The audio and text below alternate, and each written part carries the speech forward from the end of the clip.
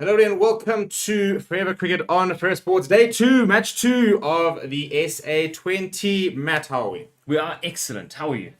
Better than your shirt. Well, you know, low base. I would generate a bit of hatred. I mean, I'm fine with that. I mean, Yeah. I'm used to it. I'm an Arsenal fan, so mostly it's self-hatred. Yeah, and to be fair, one of the few times you can wear it and actually wear it pretty proudly. Well, this is it. Yes, I mean, we've got to take advantage where we can. Absolutely, 100%. Right, here we go. Match 2. We had a pretty impressive start yesterday from MI Cape Town. For me, this is the other big team for me, the Joburg Super Kings. I think that. Well, these are your boys, aren't they? They're my boys, and it's Faf du Plessis at the helm. And any team which has an opening trio of Reza Hendricks, and Milan, Faf du Plessis excites me. So, yeah, I mean, we need to get going here. I need to get myself a nice Joburg Super King shirt. If anybody from JSK is watching, want to sort me out, I'm an extra large. Can you believe the bastards at work the other day sent another journo to the JSK jersey launch? Well, I was supposed to go, and then I had to go play cricket. That's your own fault then. No, yeah, I'm far too dedicated. I could be sitting it in my JSK shirt. I didn't. But anyways, I'm giving myself a bit of time throughout the tournament to get myself that sorted. Anyway, so match 2, we're down in Durban at Kingsmead, and the Joburg Super Kings have won the task. Faf du Plessis electing to bat, which Sean Pollock actually reckons is maybe not the right decision. He says he reckons it'll come on a bit better later, but he says he doesn't think the surface will change too much. But not likely, but a dew maybe. I mean, it's very humid down there. Yeah, and for once, it doesn't look like it's gonna rain today. So before we look at the teams, batting first, we saw yesterday 142 was never going to be enough. Different ground, not necessarily as high scoring as Newlands, but what do we reckon a good score is? I mean, Joburg Super Kings go back into the dugout. What's Faf du Plessis going to be happy with? Look, I think, it's a reasonable batting surface overall. I think. I mean, I'm inclined to agree with Polly that there's a pretty good chance that you'll find it may be slightly coming on a bit better come the latter innings. But look, for me, I think you make 170. I think you've got a pretty competitive total down in Durban. It's the kind of, we know it can be a bit of a tricky pitch at times. It can, it has a bit of variety on offer to it. I'd like to say, 170, I think, is not a bad score if you, if you Faf du Plessis. But also, start of a new tournament, get some runs on the board, maybe, is probably the good way to go about it. Yeah, I think that's exactly what he wants to do, and he's the type of person, he's coming up in that top order, even if wouldn't be a miss at the top of the order. So I like a captain who says, "No, happy, we'll bat first. I'm going to go at the top of the order. I'm going to give us to a good start. I'm going to back ourselves." But let's go through the 211, shall we? So for the JSK, we've got Reza Hendricks, Jan Milan, Faf du Plessis, Carl Verreyn, Lewis Gregory, Donovan Ferreira, which is a very interesting player after a big money player and a lot of controversy surrounding his purchase at the auction. Romario Shepherd, George Garton, Alzari Joseph, Manusa Saborta, and Aaron Pangiso. George Garton, we assume the replacement for I think it's Harry Book who's gone. So didn't expect to see him there. And but 25-year-old left arm fast, got a lot of pace there on him. And then if we look at the Super Giants, Carl Mayers, Quinton de Kock, Matthew Bresker, Henry Klaassen, Brendan O'Brien, Jason Holder, Vian Mulder, Dwayne Pretorius, Kesha Maharaj, Akila Danjaya, Kimo Paul.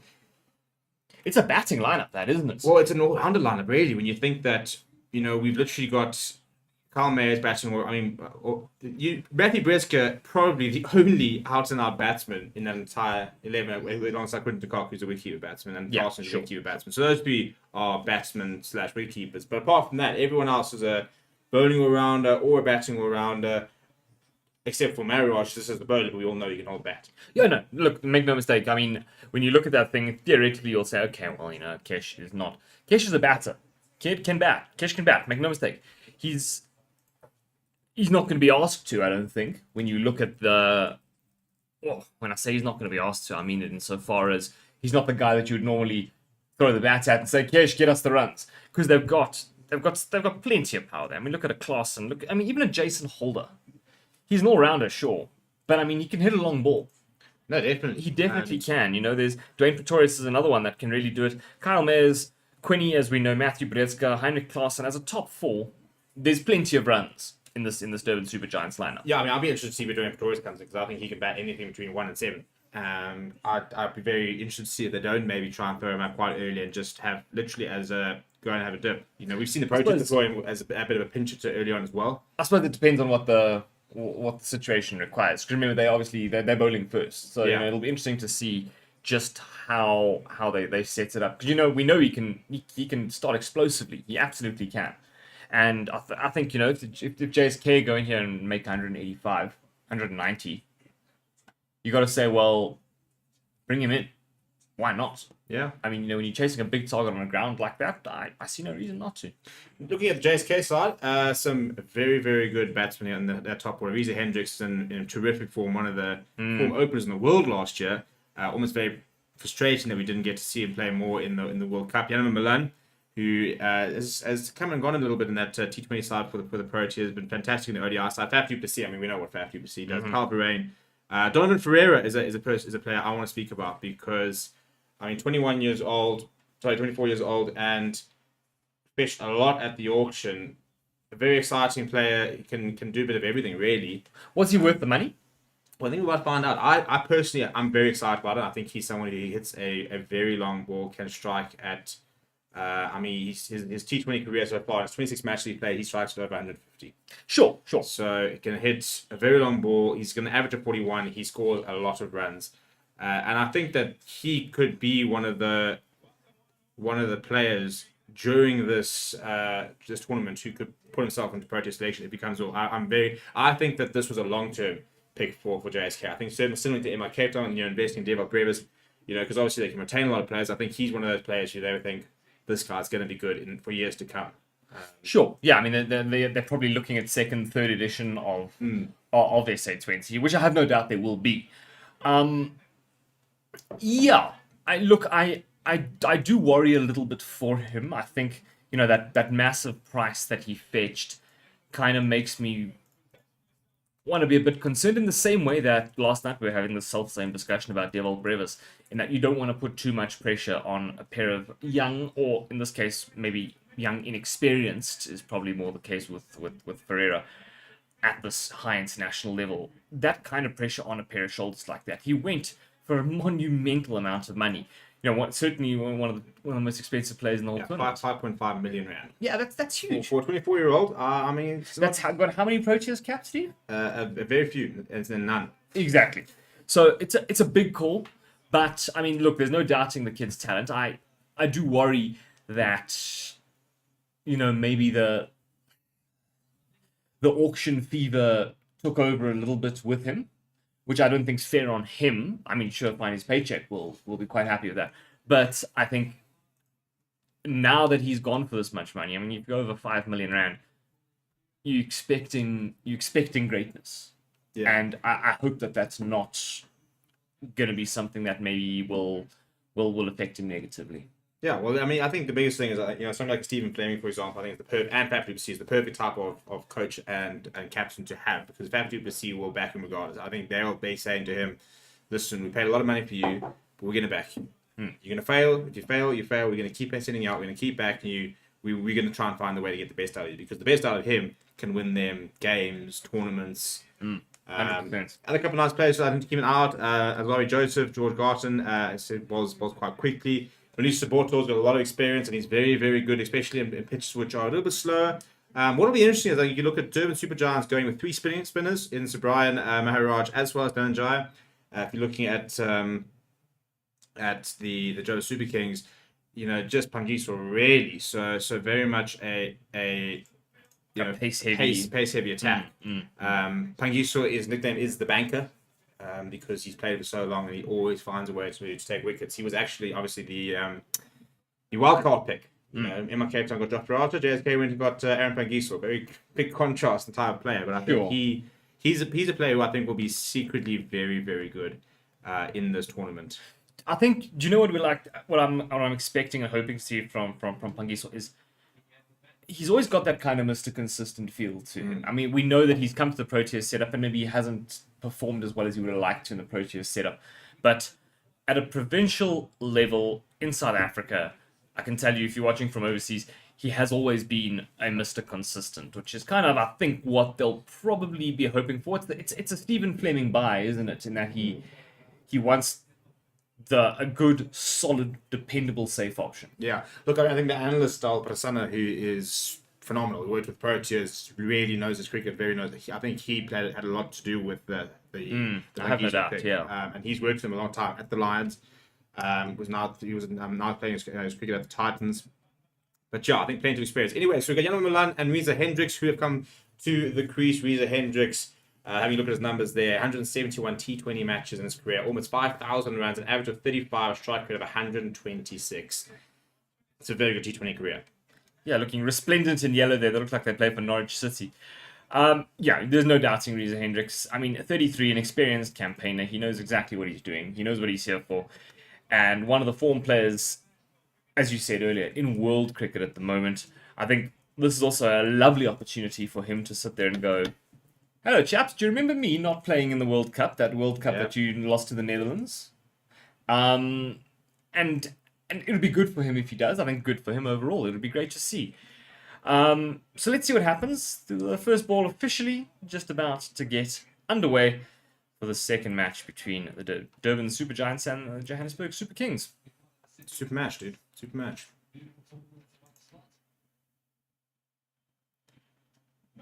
Right, there we go. Carl Mayes into the attack. Tailing in slightly and off the mark.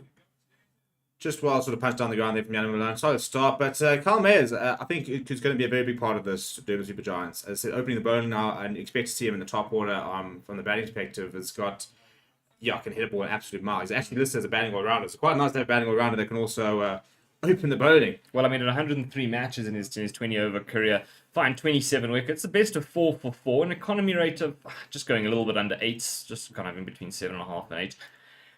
I think it's sort of, again, it sums up this Durban Super Giants all-rounder team, isn't it? You've got a batting all-rounder opening the bowling. Okay, a bit of a loose one there, but a full toss just tapped away to middle. He's actually missed out on that, Yeah, I think he probably has, but, full toss first up to Reza Hendricks. Probably almost a bit surprised there. I think he probably could have been a bit more aggressive on that. But yeah, I think Reza Hendricks is someone who I was almost quite surprised. I thought he might even get an IPL contract during the auction. Went unsold. Playing some just unbelievable cricket at the moment. And I think that he is going to be, if he comes off this tournament, I think they'll make the JSK very big contenders. And he is off the mark. Yep. A little punch straight down once again, just down the offside. No issue down the ground. So 1 apiece now currently, 2 without loss JSK after the first half of the first over. Obviously not really much to talk about so far insofar as what we've seen from the pitch. I mean, one of the 2 balls has been a full toss. Yeah, I haven't really seen much of the pitch too much. It does look like an absolutely glorious day down in Durban. Blue skies, looks like a decent crowd in, the lights are on. We know that South Africa, my man. Yeah. We have beautiful weather, it's well known. Another full toss once again. This one fielded, no issue there at kind of cover. Dot ball. Look, I mean, I think you can't blame the guys for taking the first over or 2 just to get a bit of a feel for it. We know Durban has offered a variety of pitches over the years. It really has. We've seen we've seen things that can kind of go a great many ways. So I think I'm happy if I'm a JSK fan just to let them pad around for a bit. That one there just knocked away to kind of forward point. No run there on offer. So 2 runs so far from the first over, 1 ball to come. Do you back Mayers as an opening bowler? Well, I think at the moment he's not massively quick. Very consistent. I think at the moment he's kind of just he's getting it quite full. He wants to get it up there, not giving the batsman too much length. Or width at the moment. Two full tosses, trying to hit that Yorker. So he's gone very full. So playing to his field really, and once again just tailing it slightly. But yeah, it's gone very full that first up, and it's got away with a couple of those. And I think it's been coming in a little bit. Looks like a little bit of movement through the air, through the over. Well, you can't. I mean, as a captain of certain Super Giants, Quinton de Kock will be quite happy with that effort. Yeah, I think so. I think it's a bit of a risk. You're playing a kind of a middling pace bowler to open your bowling attack. You kind of want to go, well, if they wanted to go after it from over 1, this would probably be not a bad over to go after it. I mean, Kyle Mayers, obviously being, West Indian, hasn't exactly spent the vast majority of his career bowling at Kingsmead. So, I would say maybe if you're a South African batter, you could look to take that on. But look, very early days, I think. Let's let the pitch kind of do a bit of talking first. I mean, half those first balls were full tosses. Yeah, and as almost expected, Spin coming into the tag early on, Maharaj, they've known to have a lot of express pace to super giants. I mean, you're looking at, Vin Mulder, Jason Holt, Weber Torres, none of these people are massively fast. They've left out Reece Topley, who can bowl quite a heavy ball. Keenan Paul, probably the quickest in, as Maharaj starts pretty straight. Milan just was... No turn on offer, though, interestingly. Yeah, I'm kind of not really tossing that one. I'm not giving it too much air.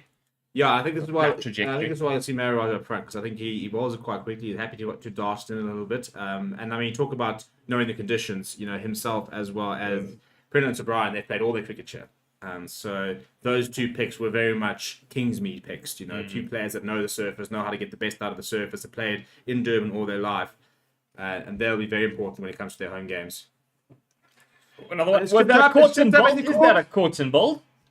Looks It's like gone. it is. No, it's gone. Indeed. And Reza Hendricks has to go. Well, that's a disaster. No, that is a That huge is definitely disaster. not what JSK were hoping for. Kind of what is it? A ball kind of pitching on middle stump. Got a little bit of turn, it looked like, kind of towards the offside. A bit of a nothing shot from Hendricks. Almost it almost looked like he got through the shot a bit too quickly, and it's just sort of spooned up there. So he waits, and then a bit of a nothing shot, just trying to sort of literally got onto his leg side, and it's just popped straight back up to it. It's a great catch. It is a great catch. Diving forward, Maharaj. But look, we know Kesh can bat. I mean, can field. He really can. He's a top class cricketer at the end of the day, and he's come under. And good to see as well. He's just come back from the Test series where he's been under a lot of pressure. Didn't have a particularly good series. Bowled 1,000 overs. And comes in first one and gets the early breakthrough. I think this, for example, is what Paul Rawls wanted to do yesterday to MI Cape Town, but couldn't do. So to get that wicket first up, look, it brings 50% into the pitch, into this the crease. But look, I think for Faf du Plessis, it is a kind of a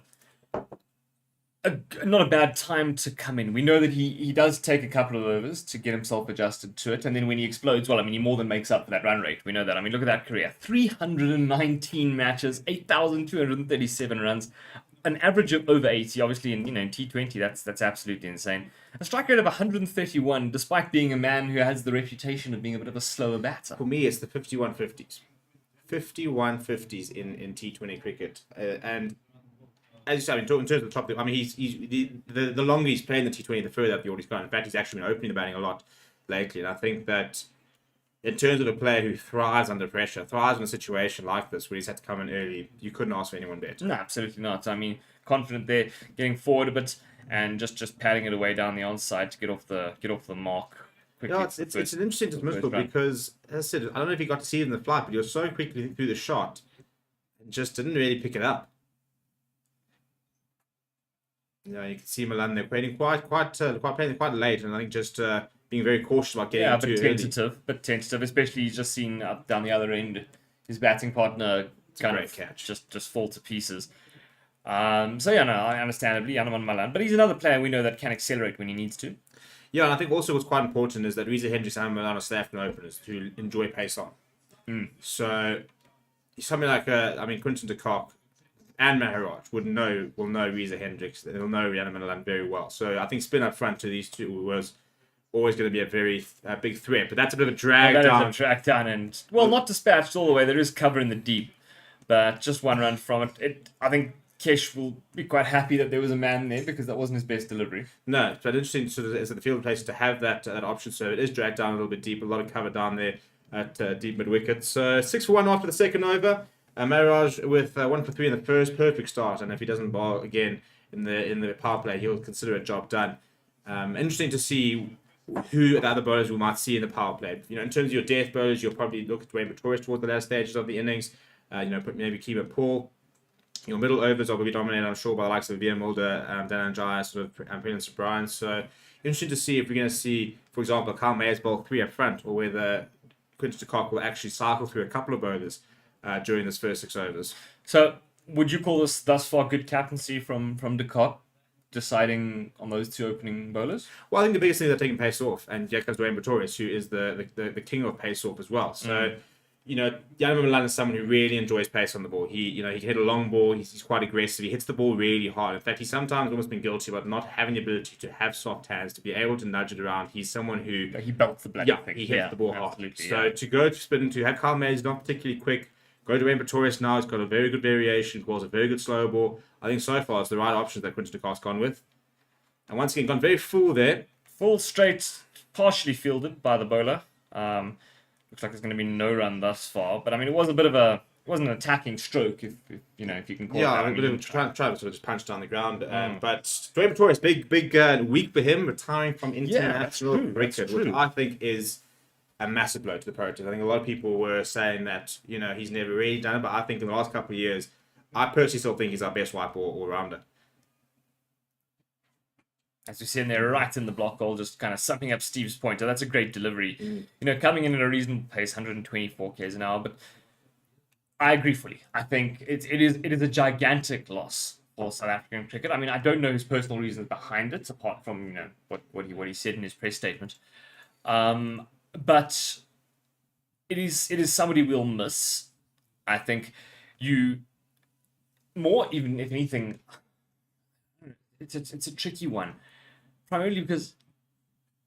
There we go, another punch down the ground again, fielded there at middle.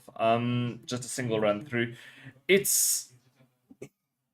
It's an interesting one because I can't quite pinpoint what he offers besides, just kind of good play all round.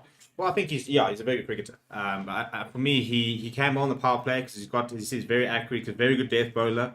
Can sometimes be a bit expensive in the middle overs, but bowls really well at the depth. For me, as a batsman, I think very underrated. I think he's got the ability to score quickly, he's got the ability to rotate the strike. And Faf du Plessis goes over the top, but just a little bit of a fumble. As far as Jason Holder, it's a long way down for him to be fair. At a long off, yeah. I mean, the man is 16 feet tall. I think when I last asked him. No, look, you're right. He's got a bit of everything. Does Wayne Pretorius, which is, God knows, in a South African batting lineup or South African team right now, you're going to need a bit of everything because you never know where we're going to fall short. Which inevitably we will, but where? He is a loss. Yeah. That's full toss. And it is picked him out. He's picked him out. Jamin Milan has to go now. We said, for example, that he's someone that likes to field bat and ball, likes to hit quite hard, and he's just picked out Van Mulder in the cover. It's a good catch from Van Mulder. Jamin Milan goes. Disaster start for JSK. They're 8'2" off 2.5. Dwayne Pretorius showing his quality. But it wasn't a very good ball. Well, I'd like to see it. I think this could be a cutter, actually, the way he bowls it. So full toss just outside. Good take, must be said. I'd like to see how he holds this ball, because I think it does dip a little bit towards the end. Look, either way, not an ideal start for JSK. You don't really want to lose Janaman Malan just thus far. No, and JSK don't bat particularly deep in comparison. For example, you've got Azari Joseph, to come in at 9 apparently at this rate. Melissa Borto Pangiso don't offer anything really. No, there's nothing on offer there. Yeah. And I think what's the most concerning thing is, for example, is you'd really like to see Donovan Ferreira coming in at 12, 13 overs. And if they keep losing wickets, Donovan Ferreira's going to have to come up very early. But I think this is a player who will probably be a good forward to do this year. I mean, Carl Rain comes to the crease. It was a very, very, I thought it was quite intelligent buy. Nobody really seemed to want him. I think he went for about 175,000 Rand or... that's silly. Yeah, that's for silly. a Proteas player. He's got only 100 against Australia. Not really known as a T20 player, Carl Rain. But I think he's a player whose technique has quite a few technical flaws, but he really understands his game. And I think he understands how to accumulate, how to score. He's a good ball sportsman, if I can say it that way. Yeah. You can see he's, as you say, technique maybe leaving a bit to be desired. But last ball of the over, he comes in, let's see, he is on strike. And, it was in the air. Slightly shorter delivery this time from Pretorius, and he kind of just chipped it up into no man's land just around the cover area. No runs there. So not a bad opening over from Dwayne Pretorius. 2 from it. Yeah. 1 wicket. And a disaster for JSK. But I think, still, it's a strange one, because that's a full toss that he's picked up Van Mulder. Bit of a half-hearted shot really by Jan Blanc. And I think that's kind of the problem, if you're going to go for it, you're going to go for it. He's basically just punched to cover there. But we've seen quite a few players mistime the ball now. I mean, Weezy Hendricks was through the shot. Carl Verreyn, first ball up there, was a little bit early on as well. So interesting to see if it's going to take a while. It's one of those pitches that takes a while to get in. But again, we're not talking a 200-plus pitcher. No, not by any means. So yeah, sure, 2 down, 3 overs gone, 8 wickets on the 8 runs on the board. You got to say, well, I mean, obviously it's not ideal, but Is it the end of the world? Perhaps not. I mean, if a Faf du Plessis gets in, if Faf survives until the 10th over. Yeah, well, yeah. I think the biggest thing with the T20 is one person comes, one player can come off and win you a game. So there's two ways. Either see people with a lot of contributions. Well, Chemo Paul now coming in to have a young bull. Again, interesting to see. I mean, he's a capable bowler. He is. Akila Dhananjaya rather. Don't worry, you would pretty Paul. fair. Yeah, well, it's strange seeing the name Paul come up on the scorecard and then start seeing somebody take up a spinner's line. I'm trying to work out if Keenan Paul decided to change his action a bit. Yeah. That wasn't us, by the way. That was the television. Yeah, Durban does that to you. Hey, maybe he has changed his action. Bit of turn on offer there, I see. Yeah, look, I think it's one person in this team who's going to get this ball to turn. I think it will be Dhananjaya.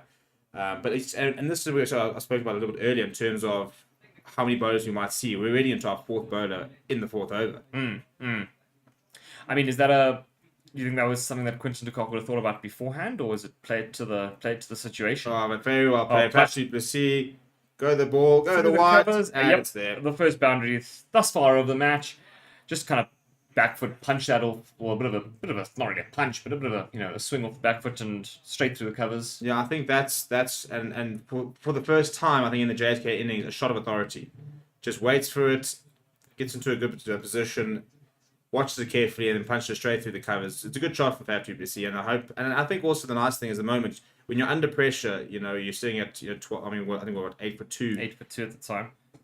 Another one drifting a little bit down the leg side. That always I wouldn't say misfield, a missed field. Just a single in the end though. Could have. They thought about the second. I think the important thing for JSK here is to not get bogged down. You've got to keep rotating the strike. You've got to. There's two ways about it. It's either a case of a rebuild where you've got to rotate the strike, move it around, or else you've got to go on the counter offensive at some point and say, well, if we're gonna continue to go into our shells, we might struggle to accelerate. So I'd like to see Faf du Plessis not be overly aggressive, but when it's there to be hit, I think you really got to try and capitalize and just Kyle Ferreira decided to bring out the reverse sweep early on. Is it a sweep even? It was a reverse. I don't know what, because he was kind of he wasn't sweeping it by anyone's. No, he goes early. It's almost a bit of a switch shot, to be honest. Gets in the position early. It's a fantastic piece of fielding from Hannah Clarkson because that was definitely bound.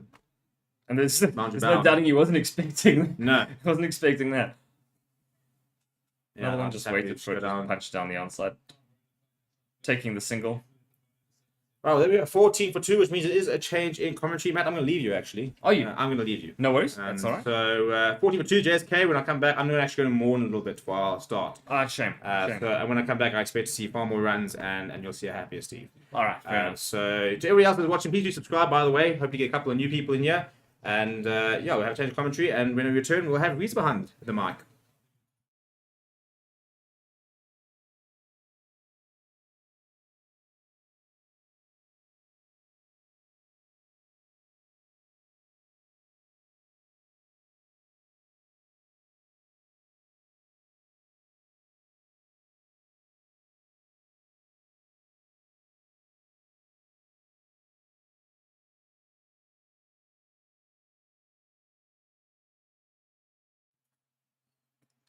Well, that's the way to go back, isn't it? That is really the way to go back into it.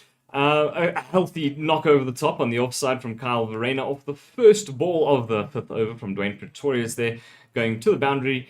No issues. Speaking of no issues, a very relaxed man next to me, considering his team's not looking that good. Yeah, absolutely, Matt. Reza, welcome. Thanks. I'm just glad to be back from holiday. I'm still settling in, so I'm still relaxed. We'll see how that changes next week. I have no doubt. And I'm sure we'll see a change in these teams. Another just simple push away down there for a dot ball. So, what have you made of it so far? I mean, obviously, as we said, very early days, only 4 overs in, but A little concerned for JSK. I'm also a big Joburg boy, as you can tell by the accent. Of course, I think though that we got to give some credit here to Durban. This has been some really disciplined bowling at this point. I think the credit must go to them. I think that with that batting lineup to get 2 wickets for 18, pretty good. Well, that's a bit of a loose one there. And Julie, very comfortably dispatched by Kyle Verreira straight through the point region. It was a wide full toss. I mean, really, what more do you expect? Run fodder. That's what it is. And unfortunately, that's the art of York bowling. You miss it even slightly, it's probably going to be dispatched. Very close to a no ball there. In fact, he missed that by a long range as well. I mean, that was almost a waist height full toss. You know, it could have been all number of extras very close to that. But maybe Dwayne's just lost a bit of rhythm there. I'm sure he'll put it back now. Well, there we go. That's a much better response to it. Bit of aggression there, almost the I will throw this ball at you, my son, kind of a thing. But not a bad response. I mean, you know, kind of just pitched it up a little bit more. Yeah, a bit of a better over here for JSK, 8 from the over. I think they need this. I think maybe a couple more runs, get that double figure number in your head, 10 off the over, get some positivity going. Look, I think if you're Durban right now, you don't want loose balls from Pretorius. They've got them a little bit under pressure. There we see a bit of a short one, flat batted it, but there is somebody there on the outside. Big man, Holder. Yeah, it's Jason Holder there. Just feels it. Just take the single from it. Yeah, I think if you're Quinton de Kock now, you're saying please don't give them a reason to score. Just keep your bowling tight and let the pressure do its thing. You know, they're 2 down. We don't want like that. You know, that waist height full toss way almost on the wide line. That's the kind of thing you don't want. This has been a good over. What's it? It's 8, 9, 10, 9 off the over so far. As we see just another sort of punch down to middle. There we go. And there's that magic 10 number. So I'm sure Faf and Varane will be very happy with that. Moving on, 24 for 2 after 5. Matt, I wanted to see with you, what do you think of the bowling changes so far? It's been an interesting one, personally. I mean, you look at it and you go, okay, well, Keshav didn't exactly go for much in his first over. Why not let him have a second? Maybe I think maybe if you're Quinton, you want to give everyone maybe just a little bit of a feel. New tournament, first match, you know, first time playing I'm sure for a couple of these guys on this ground. I don't know those stats off the top of my head, but I'm pretty sure there are a couple of players here that have never played, a match in Durban. So I think maybe let them all have an over each. Interesting that they chose of all the people Dwayne Pretorius to have a second. I mean, I would have maybe, I don't know. I suppose I don't know if we're going to see him have any more now. He's had his 2. Rather wait till the death for the other 2. I'm quite surprised not to have seen Holden in his first 5. With a bit of a harder ball, would have thought he would have a chance to just bang it in the pitch and see what goes on. But perhaps Quinton is showing a bit of restraint. It would have been very easy for him to say, chuck Holder in, let him have a go at it early. But as you were saying earlier, as we watch a dot ball for Sir Brian's first. Sir Brian's first, now another one coming in. One. So I mean, what's that? Is that now 5? I think it's 5. I think 5 changes. 5 changes already so far in the first 6 overs. So it's a really brave captaincy coming out here from Quinton. Oh, little chip. Well, a bit of a kind of a wicket. tap down to that mid wicket there. Yeah, just taking the single. But maybe from a Quinton perspective, you're sitting there going, okay, we got these guys 2 wickets down. We have an opportunity now to maybe use up a couple of overs while they're not sure of exactly what to do. Let's maybe let every guy have a little bit of a have a bit of a toss just for now and then, while they're getting used to it. Maybe that's the thinking. Yeah. Just as we watch the Brain go in here. Oh no. Thick outside edge and the easiest of takes you will see. Absolutely simple. It's a really bad shot. It's a terrible shot. I mean, dragged it from wide outside of off stump, and tried to play it on the leg side, and just nothing shot really. I mean, he didn't seem to he wasn't trying to smash that through the onside. He wasn't trying to. He just sort of had a bit of a tame swing at it. I mean, I'm trying to see how much turn was there on offer here. A little bit of turn on offer, but I mean, I don't know what that was. It's poor. It's if you were to put it in Stump's perspective, that was probably 8th stump. He's tried to flick it onto the leg side from. Mistimed it entirely. Yeah, it's poor. It's poor choices here. I think you have to decide on the direction that you're going. Are you trying to be aggressive, or are you trying to tap it around? And I think you're a little bit under the pump here. Well, now, yes, 25 for 3, as Kyle Verreira departs for 10 off 9. Gregory, the new man in. I'm curious to see how he goes here. I was going on to the point that Quinton perhaps had a bit of an inside track on the first 4 batsmen, who are all South African and well known to Quinton. We'll see if he's got some tactics lined up for Gregory. I'm pleased to see that Quinton's slotting into his captaincy role very well. I mean, he's not not used to it, but Well, it's good to he see doesn't him like changing it. things up. He doesn't like it. Doesn't like it, but if you're good at something, Well, sure. I mean, I know when he was in charge of the Proteas, he really did not enjoy his time there in the setup. He did it because that's what's required of the team, and obviously Quinton's a consummate professional and a consummate team player. But it's not something that he would naturally really want to do.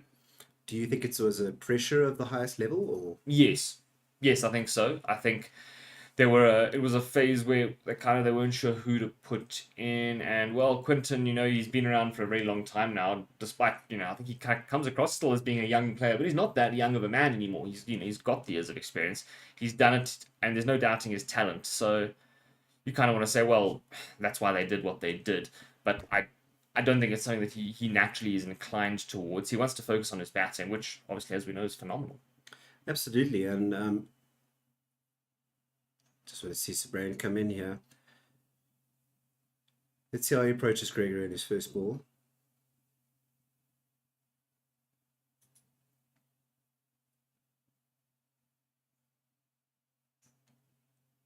Okay, nice and full. Turned away by Gregory down to fine leg. Possibly 2 on the cards here. Definitely, yep. Easy too. Good fielding in the deep. I think is that a killer? I'm not too sure. Yeah, that's what it looked like to me. I suppose not the worst way to get off the mark. Just those are easy runs. I don't think Sabrine will be too disappointed. I mean, they're not in a bad place right now. Again, just a tiny bit of turn on offer. This is looking very ODI-ish, and it's something that I wanted to get into a little bit. Is that, to me, when I looked at that starting lineup for the Joburg Super Kings, it looked like a ODI lineup. A very strong top 4. It looked very traditional. See a bit of an inside out and another catch at point. Kesha Maharaj once again.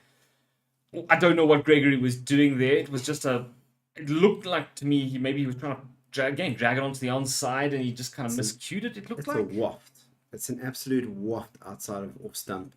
And again, what are you trying to do there? Are you trying to accomplish a 1? Are you trying to go hard at it? Because as the saying goes, if you're going to go hard. Don't have a little flick at it. Chances are it's probably not. At 27 for 3, is that what you're going to be playing? I mean, so we have a look now at the replay of it from the side-on angle. It looked like it was sort of a drive, but not really a drive. He's nowhere near the pitch of the ball. Trying to play it on the up. Looking straight. A little bit of turn there. It's gone slid on a little bit. I mean, Sabrine knows South African pitches as good as well as anyone else does. But I mean, I don't think Sabrine was bowling to try and get that. Yeah, look, I really don't think he's playing for the wickets here. He's probably just as surprised as everyone else. It was just a crap shot, I think. I mean, look at that power play. 27 runs, 4 wickets. The spinner's doing an absolutely fantastic job here. 3 wickets between them. 1 for Dwayne Pretorius. No, I mean, but honestly, it's bad batting. It's been bad. It's been a bad performance from the batters. It's been indecisive from the batters. And the criticism around Faf choosing to bat first is looking justified at this point. I don't think it is, because for me, I'm going, none of that was due to batting first or batting second. That was just rubbish batting. True. I can't say, well, that's something to do with the pitch. I mean, yeah, we've seen a little bit of turn on offer from Sabrine. We haven't seen much turn from Maharaj, who, by the way, does come back into the attack now at the end of the 6th over. He'll bowl the 7th for his second. His first over went 1 for 3. Let's see, I think, what turn is on offer here before we can make any real judgments on the pitch. A little bit of turn on offer, another thick outside edge. Worrying. And these outside edges are making me think that maybe there is something there. No, sure. I mean, it's and as we go back to now what Polly said, saying that he's expecting the ball to come onto the bat a lot better, maybe, well, not a lot better, but certainly slightly better in the second innings. So now maybe you can say, yeah, sure, there is perhaps something on offer here. Another one, not really too much turn on off there, just safely batted away. And I worry for Faf here because there are times in his career where he's been in these situations playing the saving role. So he knocks it away through the offside for 1. Where he's had that criticism leveled at him for being the slower pace of the players. And But unfortunately, he's been in this situation so many times where there's been a collapse around him and he's had to pull himself back maybe from his own natural game Yeah. and save an innings. Well, look, I mean, he's playing alongside a man who certainly knows how to score at a rapid rate. In the young, much touted, much spoken about, much paid for Donovan Ferreira. Interesting to see he faces his first ball there, and it's just a block away down to long off for a comfortable single.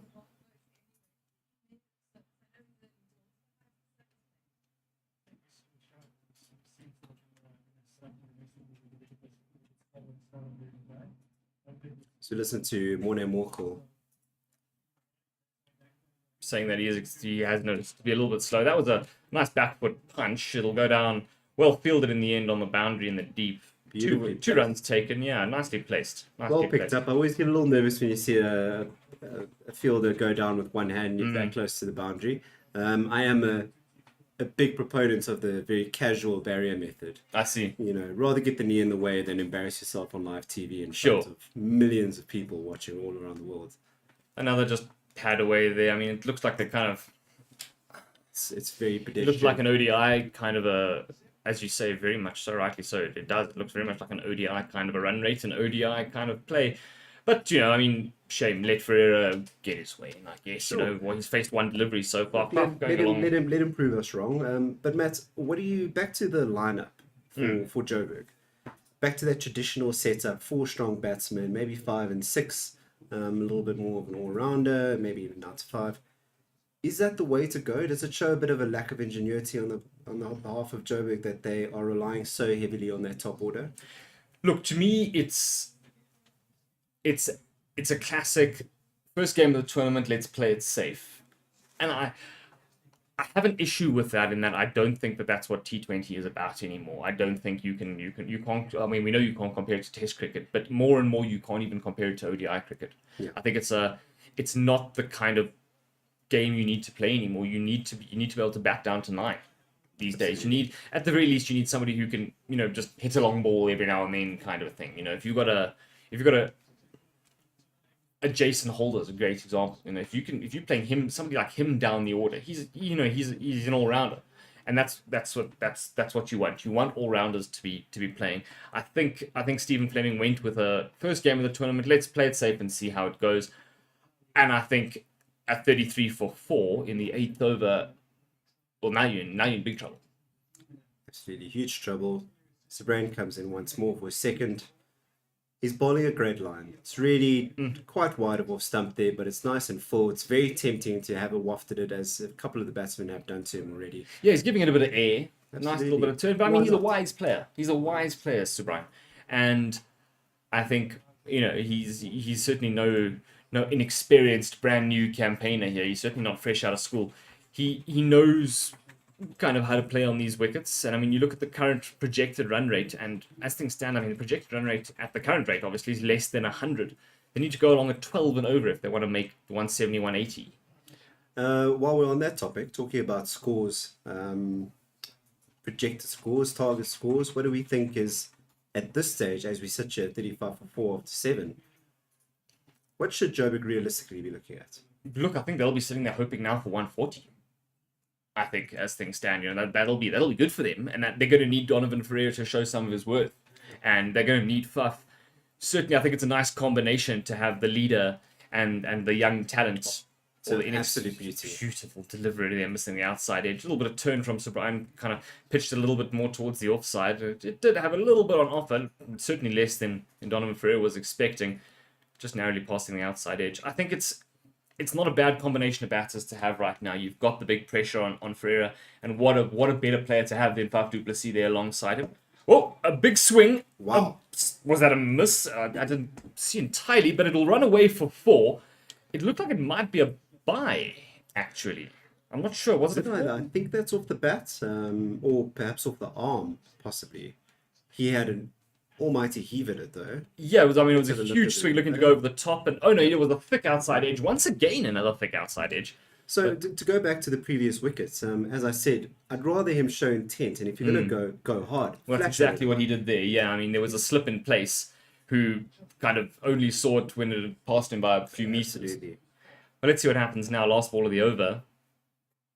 And a much more sensible shot. In fact, dot ball. They're just kind of safely pushing it out on the offside. So the end of the 8th over. 39 for 4 currently as things stand. Definitely a lot to sink their teeth into if you're a Joburg Super King player. And the person who will be doing that from now is our young host, Steve. He'll be back and joining you, Reese. I will be back. I'm pleasantly happy about that. This Arsenal shirt was getting a bit much for me, so Yeah, well, we're at the top of the log, so I'll look down on you from the top of the log.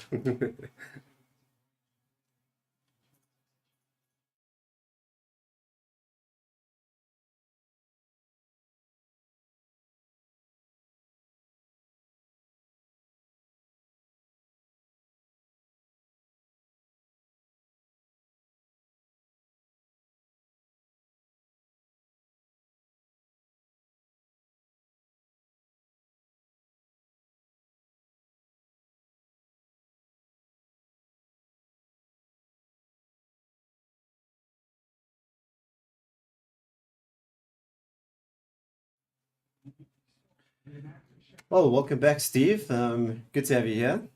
Good No, to I'm be- not. It's not good to have you here because I said I was going to come back here and I was going to be happier because things were going better. You did say that. Things have gone substantially worse. It's almost goes through the gate there. One of those weeks, isn't it, Steve? No, For it's- us, Joburg hopefully can pull one out the bag. That's not looking promising. No, and it's not. bit of a Manchester derby this weekend as well.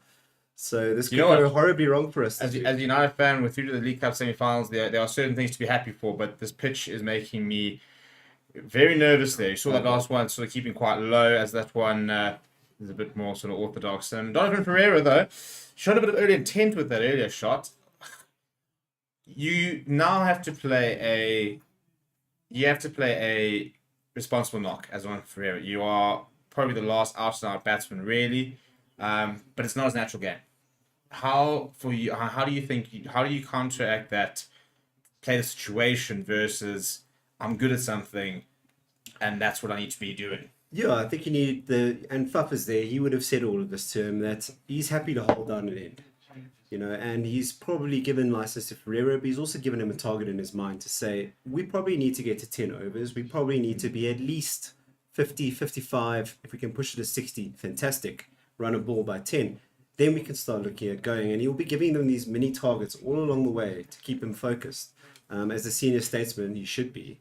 And I'm sure he is out there. And I see Ferreira, he looks composed. I don't think he's showing too much impatience yet. Look, I think the biggest thing, we talked about, I think earlier you guys were talking about the ODI thing, and maybe you almost need to play the next 5 overs even as an ODI. Look for that 4 to 5 overs. Just try and accumulate. Get yourself to 70, 80. Get yourself to 100. Even if you had 100 at 15, 16 overs. And then go, right, tee off. Because if you can find those 3 overs at 20 runs and over, for example, if you can have that explosive thing at 60 runs, so you can get yourself to 115, 16 overs and have a really strong finish. You can get yourself to 140, you can get yourself to 150 if you're the likes of the factory to see Adon and Ferreira are still there. The question is, can they get there? I think at this rate. And I think what's, for me, even quite interesting is the pitch seems to be playing a role, which is interesting from a T20 perspective, because these days it's so often do we see pitches become, just roads. We look at that pitch yesterday, everybody kept saying that it was a pitch that you couldn't just come on and go from the get-go, and yet, the way that MI Cape Town went about it, they could have very comfortably scored 200. Look, I think that Joburg definitely have potential. There's capability there. My biggest issue at the moment is just the way that they've formulated their lineup and possibly the roles and responsibilities given to each batsman. For me, Reza Hendricks, Calverain, Faf du Plessis, almost similar in the way that they bat. Reza Hendricks explosive when he wants to be, but also very happy to plod along at the 100, the 110 strike rates. Faf very much in the same vein. Calverain takes a little bit of time to get in, and when he does, he blows up. But there's players in a similar mold, and I wonder if there's maybe a bit too much duplication there between them. They're not really sure who should be taking the responsibility on. And as we saw, they were all plodding around. You could see they wanted to be there for a very long time. And unfortunately, it didn't work out. And I think that the pressure of putting runs on the board maybe got to them a little bit. Yeah, I think as I said, we didn't see too many big shots being on offer. You know, even Jan Milan caught not going for it really, sort of a half-hearted, in the end, a bit of a punch really.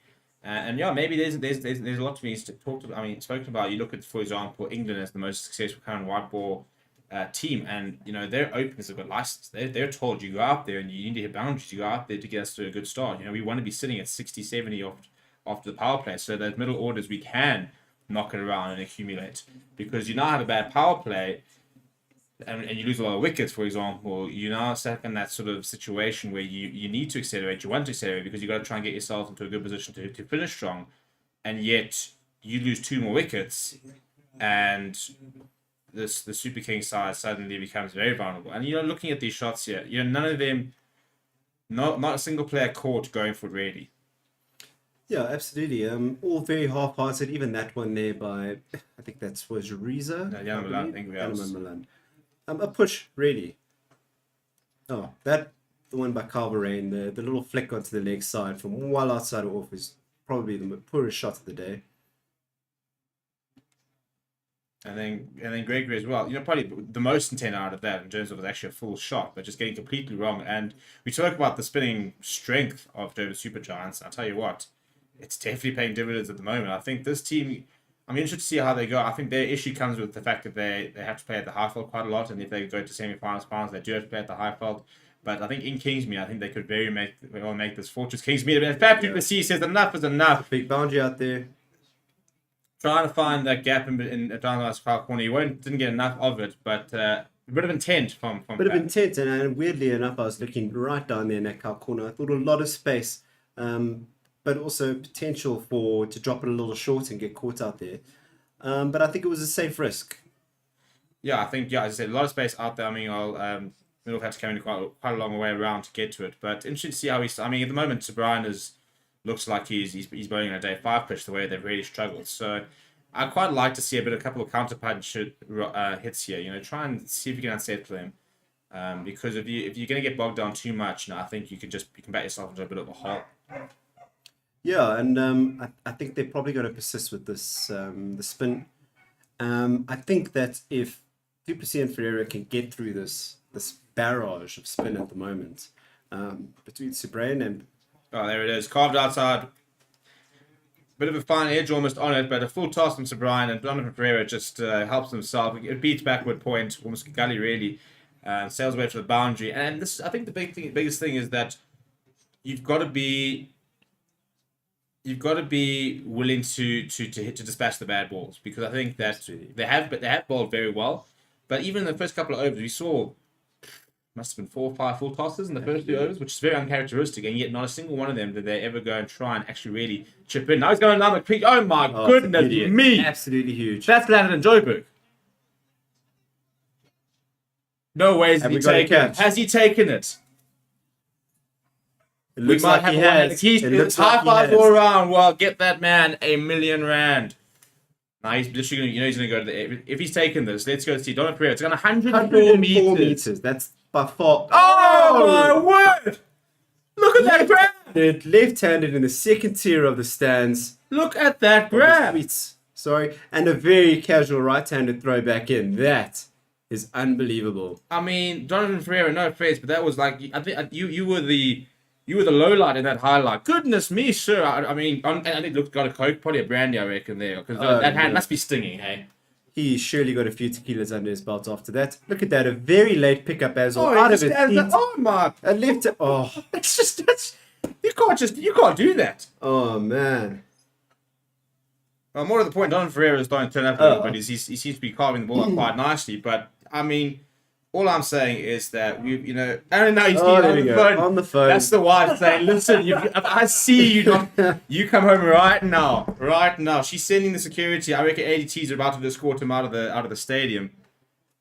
He's definitely going to need a police escort after this. Yeah, no, 100%. These are all the mates. Well, then he's getting the phone calls from his old classmates saying, I always liked you. Very casual, very very casual.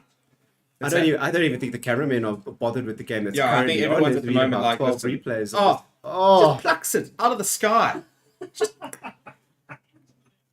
the guy impressed the kid is, dude. The kid's just like, Yeah, guys, if there's anyone in the chat and you were able to see that catch, please let us know if you think you could have taken that because I'm not so sure.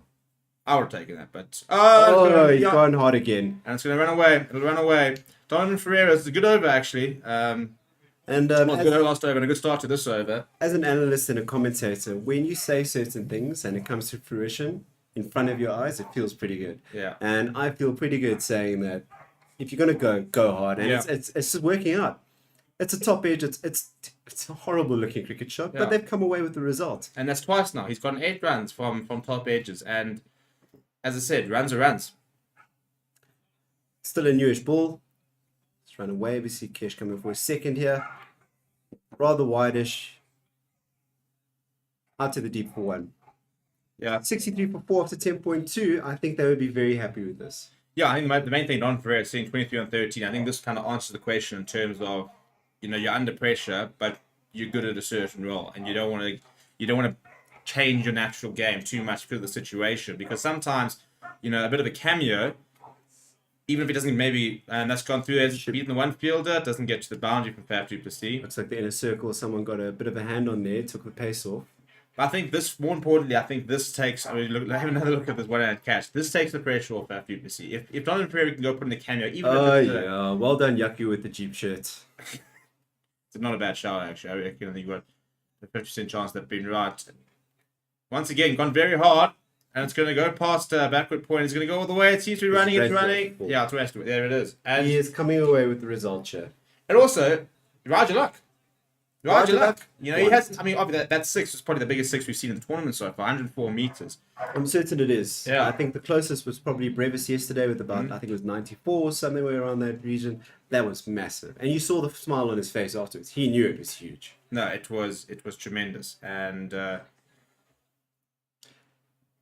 as Maharaj comes in for his 5th delivery, and Ferreira just casts out. And now I think the important thing is with Ferreira here is that there's no more drop ball, and all of a sudden, 2 boundaries in that over. I think it's already gone for, there we go. So 11 runs in the over. Ferreira gets himself up to 28 or 15.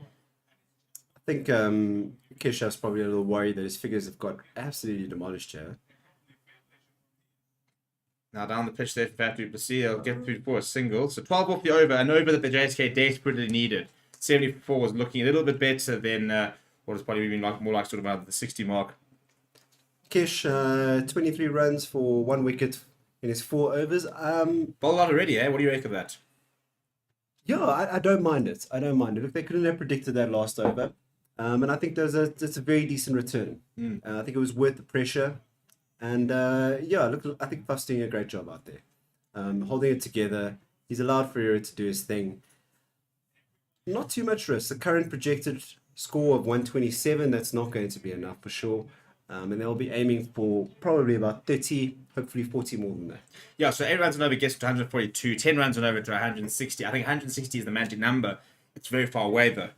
10 runs and over for 9 overs is a big ask. But I think if you can now go at 7, 8 and over for the next sort of 4 to 5, that should hopefully set you up. And again, you look at Donovan Ferreira, who stays there for the end of the game. I reckon 150, 160 comes back onto the cards. As he's gone over the top. Has du Plessis. He's gone area quite a few times. Nobody out there. Akila in for his 2nd over. His first over went for 6 runs. A question for you, Stephen Fleming. Yes. Appointment of a coach. Stephen Fleming, a fantastic cricketer in his own right. Nothing wrong with the appointment in and of itself. He's clearly very qualified. How much do you think it matters that a coach has had some experience of or success in a shorter format? That's just agriculture as Ferreira goes down the ground. Yeah, I think Stephen Fleming's got a very shrewd sort of approach to the game, and I think that he's someone who I think he'll be quite tough. I think he'll demand very high standards. I think he, even when he was captain, was that type of person. But it's been interesting to see some of the coaches. Top ball there from Akila. Because you've gotten, some of them are very experienced. Adrian Burrell, for example, has had so much experience on the local set. But then you've got someone like JP Duminy, who's the head coach now at Power Royals. So yeah, I think Fleming is a nice sort of mixture of experience, but I also think that what was very important for Joburg Super Kings was getting Faf du Plessis. and how much perhaps we see at 38 will work alongside Fleming as a duo. I think there'll be a bigger role for the likes of a Faf, for example, than I think there would be in Durban Super Giants, like Quinton de Kock and Lance Klusener, for example. But do you think my concern around the traditional lineup that they've there is reflective of the coaching style of Stephen Fleming? Yeah, I think it's interesting because, you look at the IPL and as Ferreira goes down the ground there, IPL is always, and T20 has become all-rounder centric.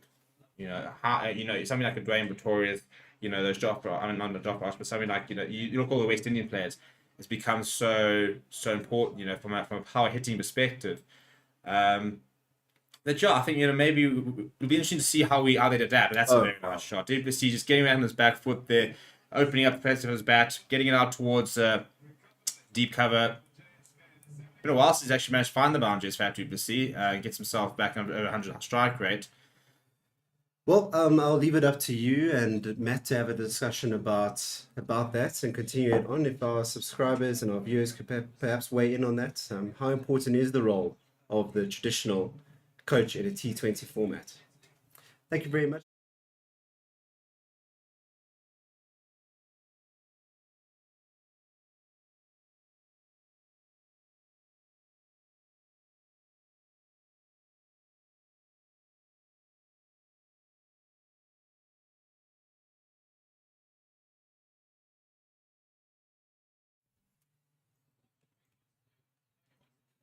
Right, hello, Matt.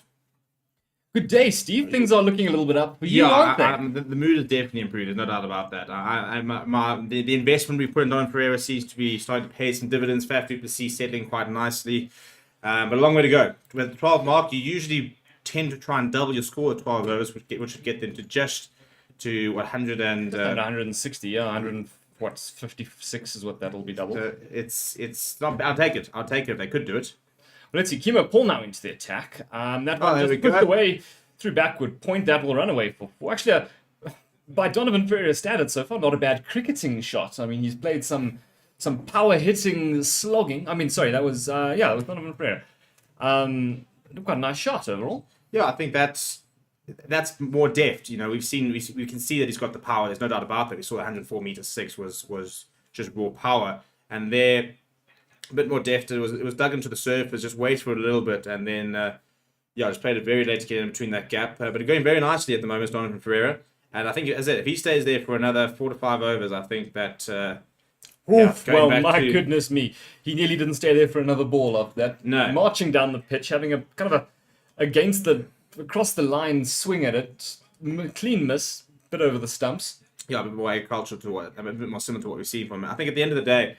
I think Faf Du Plessis told him, "Listen, kid, you play your game. You go for it. You've got the power. You've got the ability. Back yourself.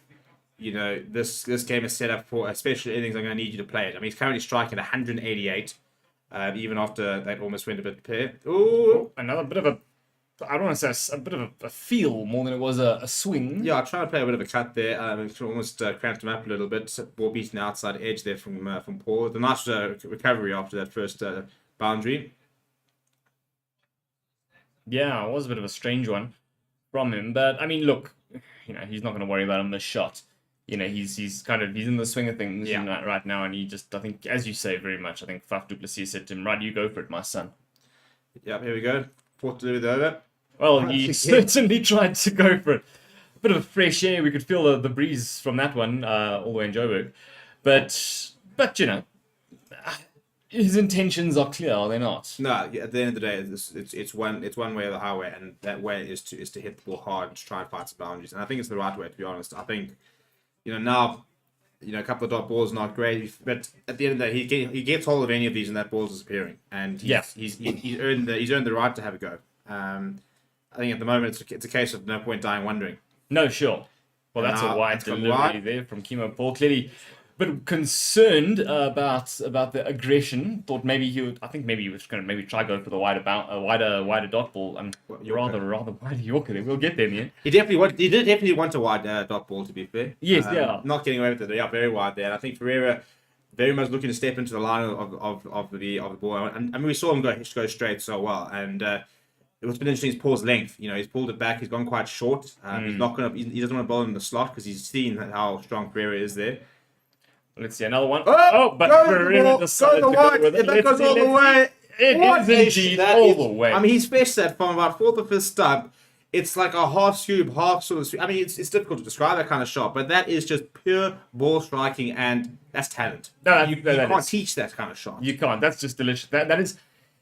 It's a 21st century cricket shot. That's a 22nd century cricket shot. Well, who knows? By then I we'll don't even know probably the play with ping name. pong balls. But yeah, no, look, that's a great shot all the way for 6 there. Just it was. You almost preempted it. That was going to be a wide. I mean, it was on the wide line, and he's gone over there. Oh. And he's literally just. Yeah, he went down to get in position with the scoop, and there wasn't much on, and just kind of continued with the sweep, and he found that boundary well over square leg. So, 11 from that over. We said that 10 and over was going to get them to 160. 10 and over could almost be on the cards here if Donovan keeps going like this. Look, absolutely. I think it, as you said now, not that long ago. I mean, I think it depends. He needs to stay for the next kind of 3-4 overs. Oh, I mean, we had a drop catch, by the way, from the one-handed perspective. It looks like it went straight in, straight out. Fatu Plessis appreciating that shot. Despite that's not one of those that's in the textbook named shots, but my man in the crowd there just sort of he's smiling, but it's one of those smiling, but this is fine. Do you know he's genuinely smiling? The man in the Jeep shirt who just watched his winnings that we thought were hard. Oh yeah, back to a full mill. Yeah, he's having another brandy right now. No, you can see he's going to go around. He's going to be using that. He's basically going to be spending 200,000 rand buying everyone drinks the rest of the tournament to ensure nobody else catches it. Yeah. Just make sure everyone's completely mangled. I mean, that must be horrendous. You catch a thing and you're like, right, now it's a million. You see somebody else catch it and your winning just gets hot like that. Bang. Look, I mean, you've got to look at it and say, well, it's even if it ends up at 25 grand, it's 25 grand I never had. Yeah, correct. Right, Dananjaya back into the attack, and Duplessis comes down the park, and that's really good running. Really good running. Just sort of flicks it onto the leg side, and call 2 quite early. They get through for the 2, and I think I'm a big fan of running between the wickets. I think it's a very underrated aspect of T20 cricket. I think we get so caught up in the power hitting and the 6s and 4s. The ability to turn 1s into 2s, find a couple of 2s, I think is quite underrated, because you're finding one boundary and you're running 2 or 3 2s. All of a sudden you have 10 and over quite quickly without having to take too many risks as well. Absolutely. I think that's the other thing is, you look at a T20 field placement. As we see, another one sort of scooped over the top that won't go all the way for 4. It'll just go for the single. When you look at a T20 fielding placement, there are gaps because, you're going to have a lot of fielders are going to be out there defending the big shots. So it creates those gaps for those 2s and 3s. And I mean, you look at it now, they run 2, 3 balls. And we're 5 runs off the first 3 balls because of a couple of 2s here and there. Suddenly you 4 runs off 2. Off 2. I mean that's still going along at 12 and over. Yeah, no, exactly. And I think that the concept of a 3, and that's just gone straight down the ground. But hit that very far. Yep. How straight is it? It's going to go all the way. Absolutely. There's no one there at long off. So that is, long on even. That is a straightforward flat, straight past the bowler.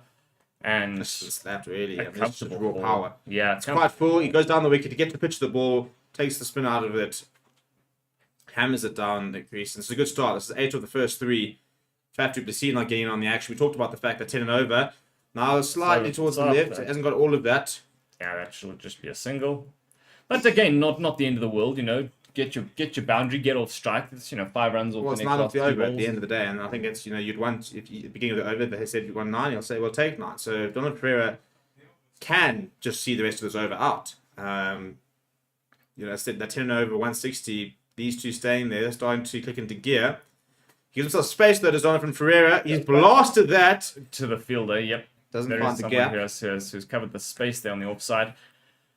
Nonetheless, it's a single. I mean, it's still not a bad over, and I think that's what's important. You don't want to have a bad over. No, you can't afford to have that. You can't afford. I mean, for example, before that Donovan Ferreira 6, that last over was threatening to be quite a poor over. It's just 4 and followed by a bunch of dark balls. Well, that one has gone. Has it gone all the way? No, it hasn't. No, it hasn't. He's picked up Carl Mayer's, and you've got to feel that's unnecessary. That is a bit silly. I mean, you've shaped up to. You've already got 10 off the over. Last ball to come. Maybe you want to say inexperience from Fatu Plessis there. 39 or 33 he goes for, which leaves JSK 99 for the loss of 5 at the end of the 14th over. Currently their run rate just a little over 7. Are they in trouble now, Steve? No, look, as long as Ferreira's there, I think that the 150, 160 could still be on But the just way. let him farm the strike. And, Yeah, at the end of the go day, from you know, there. it's about him now batting with the rest of the batting lineup, and there's not a lot to come. We've got Romario Shepherd coming in, who's slouch with the bat. George Garden can also hit a ball. But are we looking for power hitters now? Is my question. It's a strange one. You want to say, like, do we want someone who can just kind of pad it away for the single at the end of the over when you need No, to? look, at the end of the day, over? I think it's Shepherd can strike it. I mean, he strikes at 141 in T20. No. He doesn't deal in. He doesn't deal in singles. No, he can hit the ball. He's got a T20 50. He strikes at 150 in T20 internationals where he averages 39. So no mug with the bat at all. No. These two have got to go another 2 overs, I reckon. 16, 17. And over. No, just I was get gonna through. Take an 8, 9 over. Get through those last couple and then really let loose. What JSK can't afford is to lose 2 quick more wickets at the moment. These two stay at the end. I reckon 160 will be quite comfortable actually. The issue comes if Shepherd loses wicket and suddenly you start looking A little further down the order, and it does look a bit thin, doesn't it? It's not. You start looking at George Garton, Azari Joseph, Melissa Saborto, and Pangiso. You don't want to be seeing Saborto and Pangiso batting at the end of the day. I mean, we're back to what Reason said a little earlier on, in that it does feel like quite a traditional cricket 11 lineup. And as you say, I mean, that's all well and good at Test cricket when the bowlers have their job to bowl. But if you're bowling for 4 overs, there's room for an extra all rounder in there. Yeah. So let's see. I mean, so Don Ferreira up against Paul now. Paul went for 11 of his first over. It'll be interesting to see how Don Ferreira really goes at him. He gets off space, goes over the top, and it'll fall short.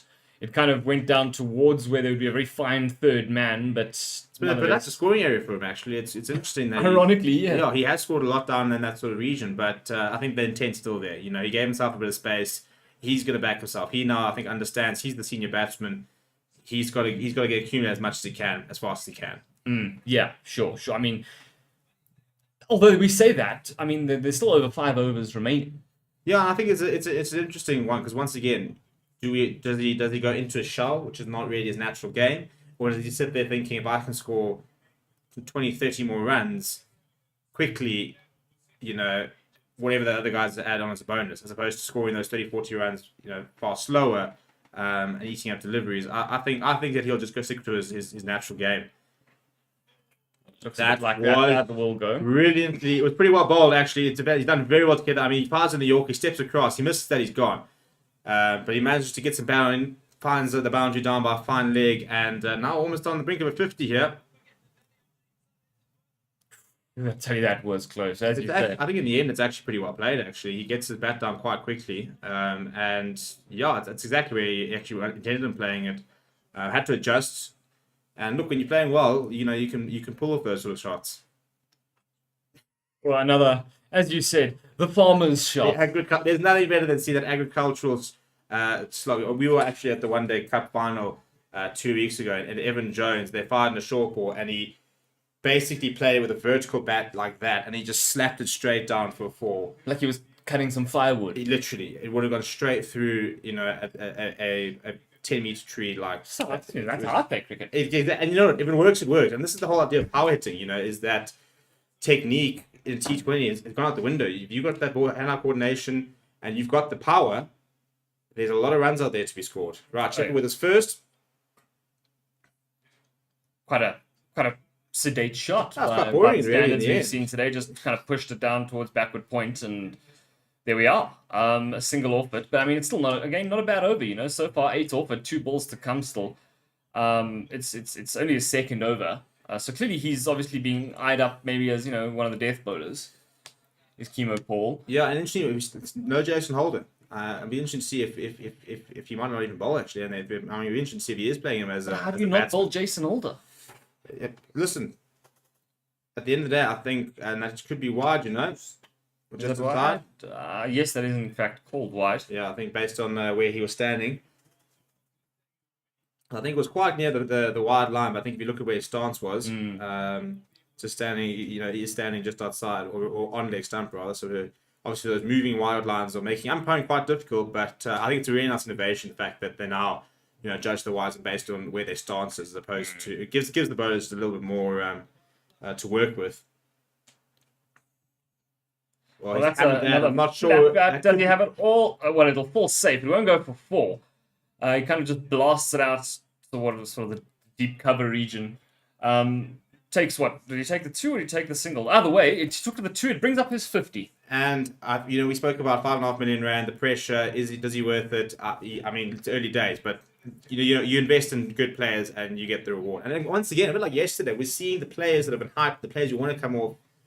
One of the most expensive buys in the auction. A very surprised, a shocking buy. Really, it must be said. But 50 of 28, Donovan Ferreira has been worth every cent so far. Especially when you consider that's nearly half of the entire team's runs. I mean, everyone else has struggled. You can't say that, it's been a batting pitch. No, and he's made. I mean, it looks like he's batting on a different surface, and he comes across there, hit that one, and he has lost it. Power, pure power. Get out of here. Timing for who? Cricketing shots for who? That was just a case of, do you know what I'm going to do? I'm going to hit that ball there. You know what? I'm actually convinced. Put him on a plane to India, send him to the World Cup. Already. He must go. The man's faced 29 balls. And he's got 56 runs. Look, he's been in some sublime form recently. And that's why I was so excited. I mean, you look at recently, for example, in the One Day Cup, the last game he actually played before this was the 96 not out. He looked really good in that T20, CSA T20 knock. Another catch going down. Mr. Jeep is very chuffed with life. But I mean, that man tried to take it with 2. Has he not seen the markets? No. But we spoke about the fact that Don Ferreira strikes at 153 in his T20 career, and he's striking at more or less that at the moment. What a knock this is! As I said, it looks like he's playing on a completely different surface to everybody else. No, it does. I mean, he looks so comfortable there. He really does. It's exciting to see. I mean, it's from a South African perspective, it is exciting to see. But the Jeep's on the screen. He is, yes.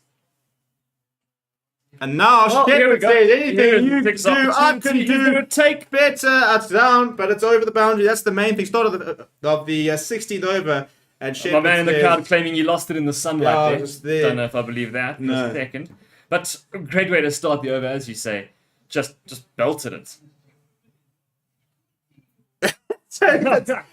I mean, Sean Pollock has just pulled out a check for R1 million and has emphasised the fact that it could be his. Doubled if he has a Betway account. Yeah, and doubled if he's got a Betway account. The question is, do you reckon he's got a Betway account? Imagine not having a Betway account. Because you could have R1 million loaded in that free bet. Yeah, you go and bet on a... Well, I mean, the pressure of that bet. Oh, you don't spend it all at once. I suppose you have to. You have to. Yeah. So imagine, and I mean, you obviously have to go and find the most sure bet. Goes inside out just for the single there. Yeah. I mean, you'd be betting on Man City to beat like Charlton.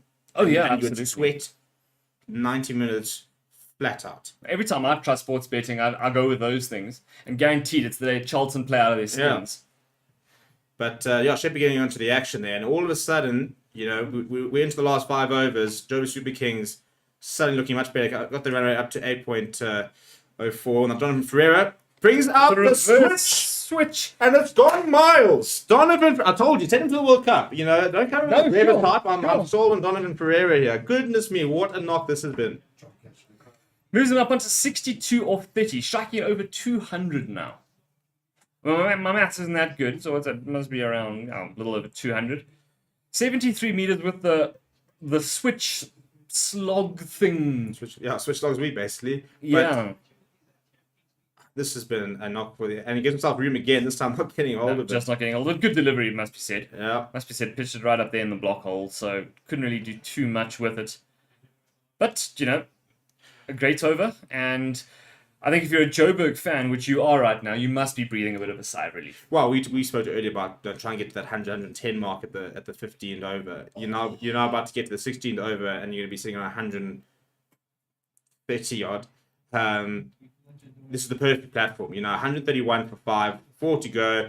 I'm going to bring my fellow Super King fan in here for the last 4 overs, but I think they're actually, especially when you consider where they started, pretty well posed to potentially go after that 160, maybe even more, as they take out the strategic timeout. When we return, as Stephen Fleming strides to the crease, we will have Reza back. Matt, thank you very much. We'll see you after the innings break. Absolutely.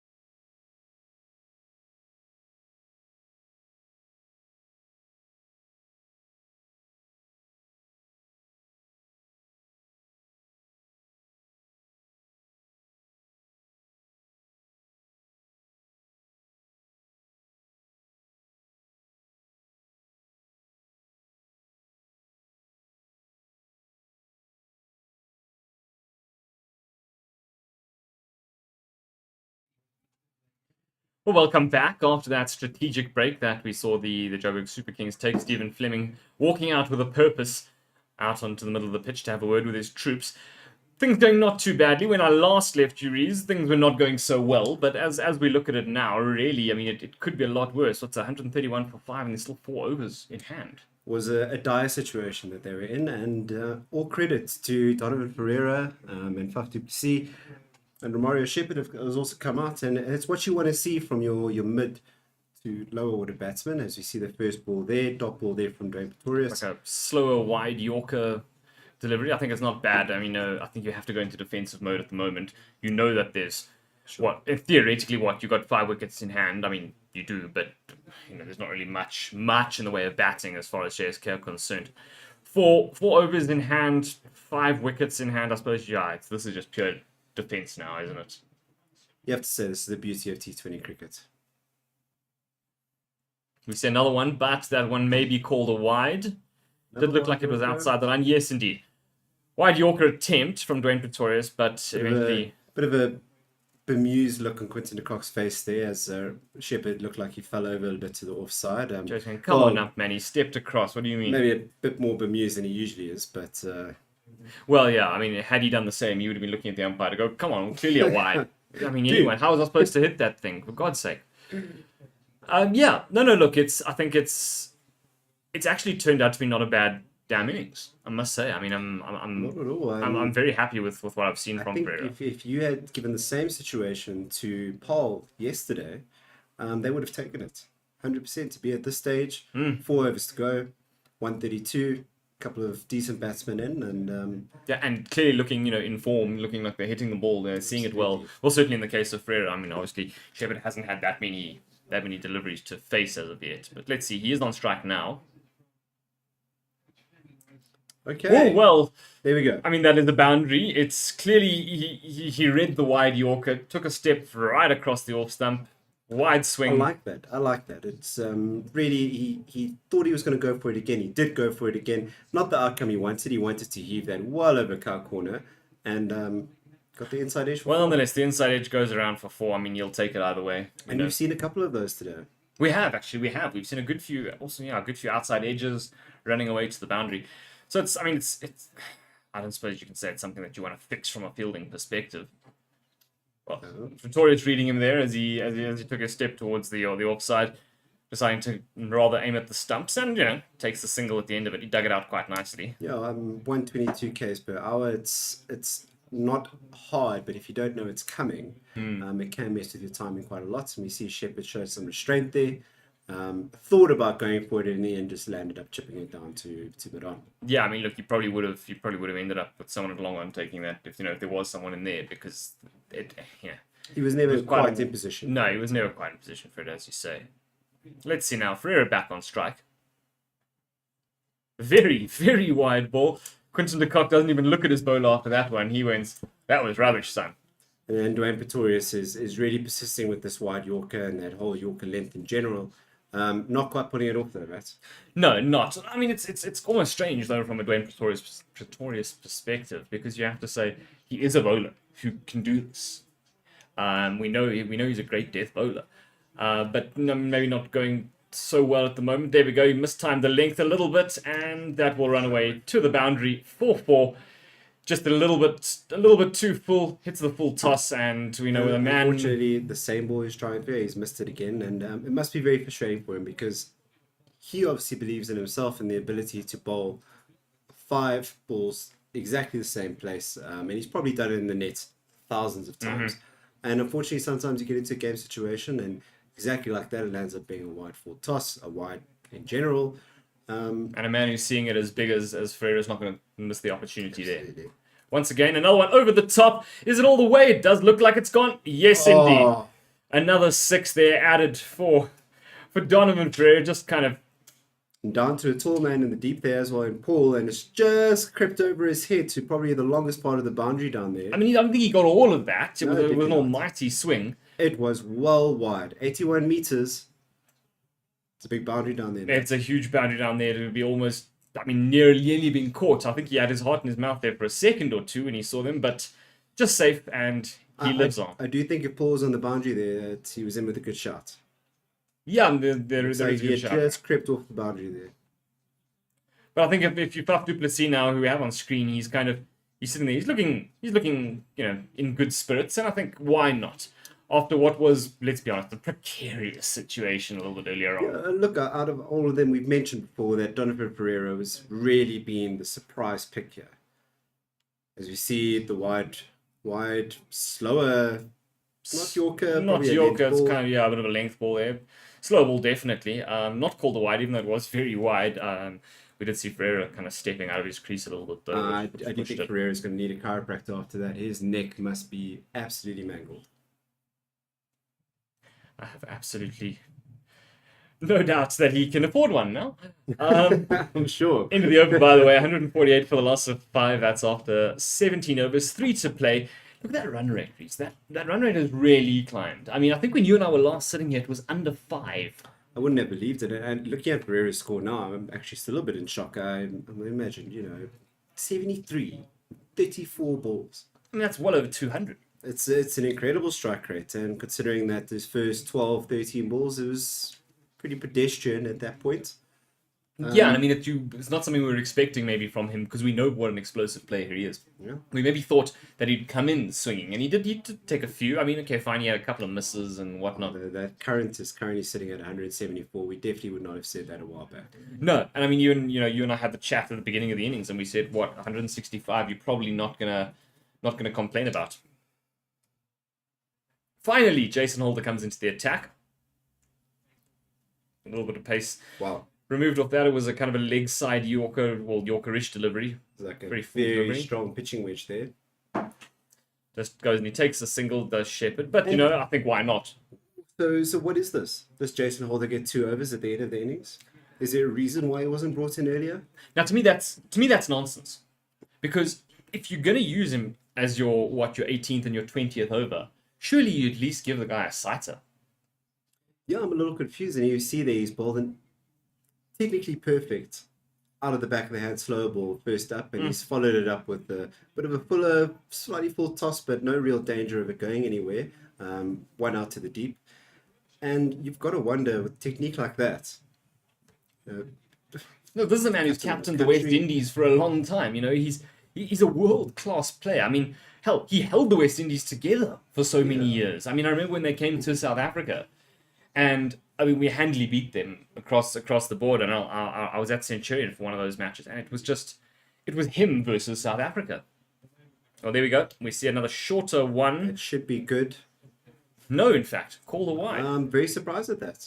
I think the previous one to Ferreira was...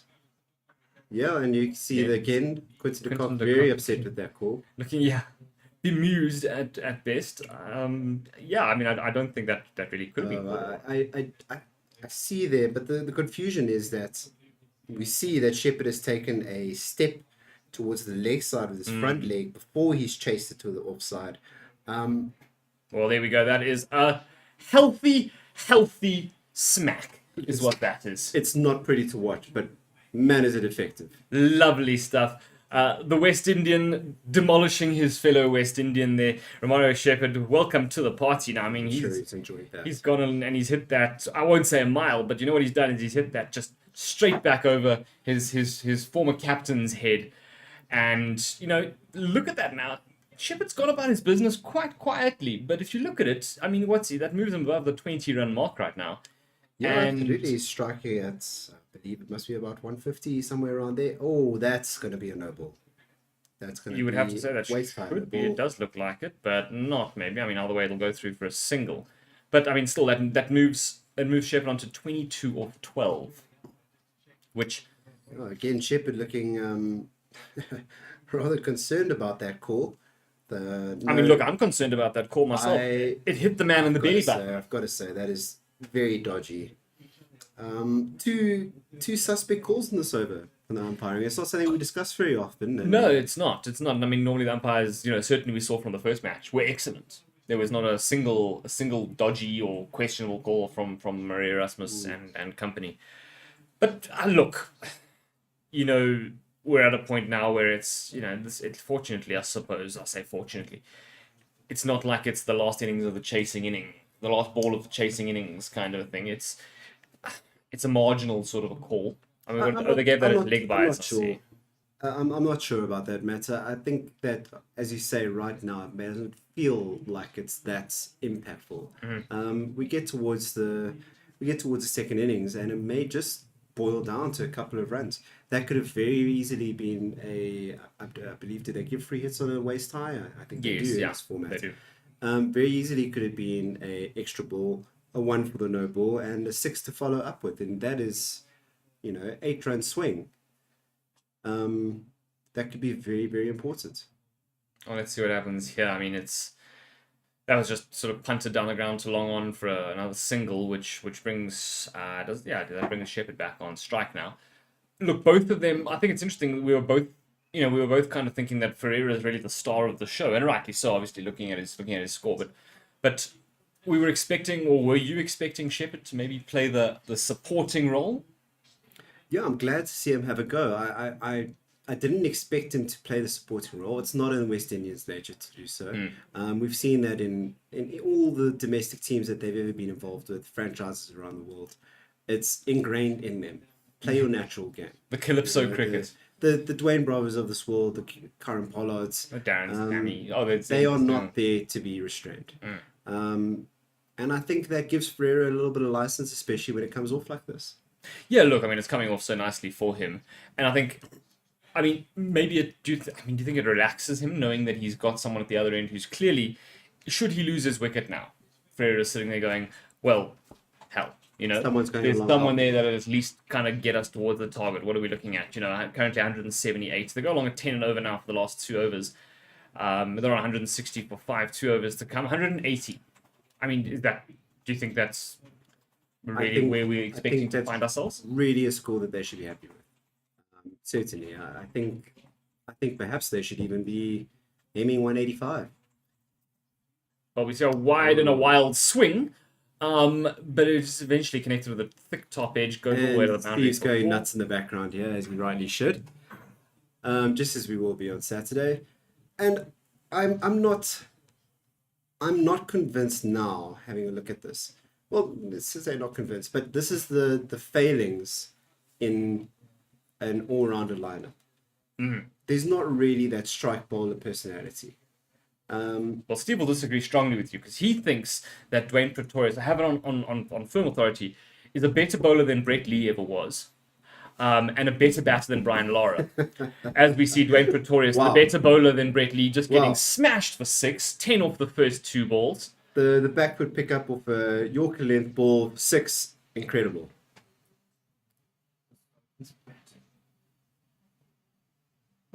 We hear a little chirp there in the background. Apparently, it's down to the quality of the batting. You see, it's not down. It's not down to Pretorius. Absolutely. I mean, Pretorius really has nothing to do with it at all. It's simply just great batting here. Yeah, I mean, you missed that length by a millimeter, and we went for 6. Oh, sure. There we see a nice wide Yorker. Yeah, absolutely. Jacques Callis-esque from Pretorius there, Steve would say. But no, on a serious note, though, he is batting really well. He's making Dwayne look a little bit silly at the moment. Look, I mean, we saw what should have been a no ball from Mikey Holder, but we have seen a couple of, I mean, Jason Holder, we have seen a couple of wides and a couple of extras from Pretorius. I mean, that we see there another 4 from a wide flash from Ferreira, but had he left that would have been a wide. Absolutely, and there's been a couple of those that they'd rather had a flash at rather than let it go for wide, and. So, I mean, by that standard, do you think Dwayne Pretorius has bowled well? I don't. I think that he knows that they're going to come for him, and he's missed his lengths. Let's just be honest about that. Regardless of whether they chase him or not, he's missed his lengths completely. Although, admittedly, if they had left a couple, they might look better. Let's see now. I mean, he kind of got that length more or less about right, very wide. Wow, a local toss. Oh, my goodness me, a misfield. And that's unfortunately been the story of Dwayne Pretorius' day. Yeah, no, it has. I mean, that's just stuck through. Good running, it must be said. Good awareness from the 2 batters. Yeah, I see here, even on Cricket Info, the automatic updates that come through ball by ball. the big caption in bold: Pretorius is not learning, and I think that's been the summary of his spell so far.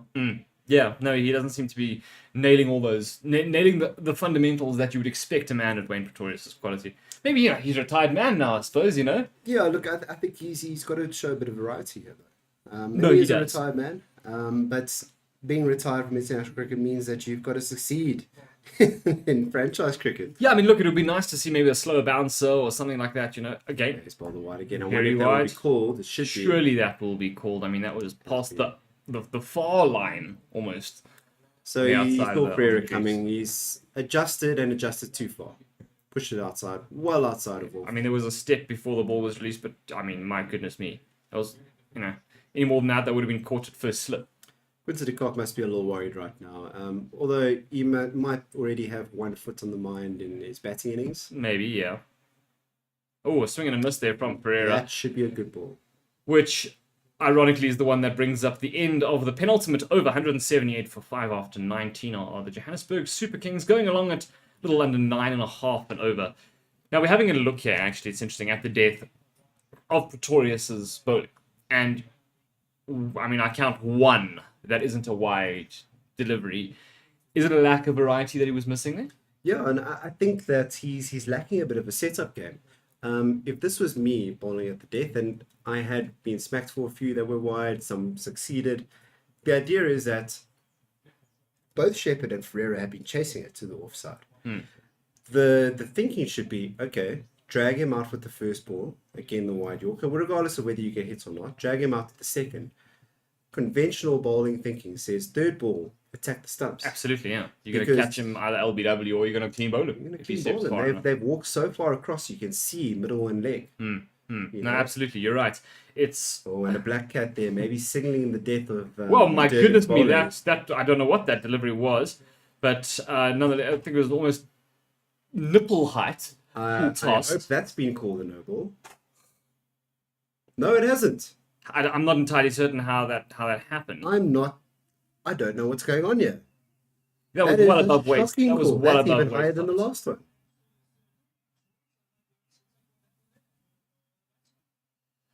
Well, I mean, as we look, yeah, I mean, fortunately, I suppose for Mario Shepherd, considering they considered that a legitimate delivery, it did land safely and they got through for the single. But I must be honest, I'm a bit lost at that delivery. Well, there's another one, but that one gets dispatched.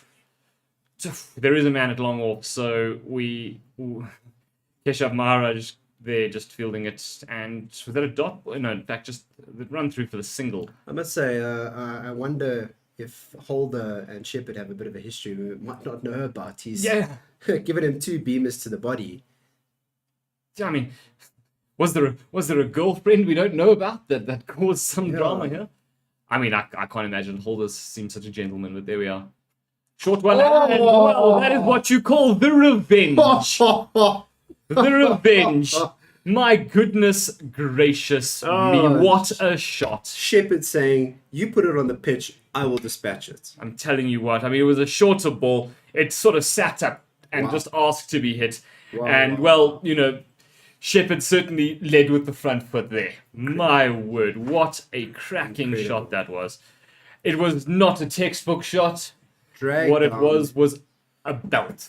And we also saw another drop catch. Mr. Brandy is sitting there having a sigh of relief. Good comeback there from Holder. Dot ball that beats the outside edges. Shepherd is shuffling around in the crease, and Shepherd 40 off 19 balls. Do you see? I did not see supporting it role. coming. What do you mean supporting role? Let's have another look at this attempted catch. Oh, it's stuck in the hand for a couple of seconds. Did I tell you we've got it? Definitely not good enough, I'm afraid. That would have counted as a drop catch, ask Herschel Gibbs. Oh, and he's bowled him. Cleaned him up. He's cleaned him up. What a clever delivery. A Yorker, slower ball, dipped in nicely there. 98 kilometers an hour. That's an average Keshav Maharaj delivery. He's been attempting those cross seam, slower balls over and over again, and he's either dragged it short or bowled it too full, and that's the first one he's got right, and the result speaks for itself. Well, I'll tell you, what a response. After he's just been back of the clubbed hand. handily. Oh, that is beautiful to watch. Beautiful. Very, very full. Bordering on the Yorker length. But I think And- job done. Well, that's Job it. done for Romario Yeah, 40 Shepherd. off 20. Welcome to SA20, my son. I think he certainly guaranteed himself in this Oh, in the yes, starting yeah. lining up. Oh yeah, for and a I couple of mean, more games. as we know, the man can still bat, can still bowl. So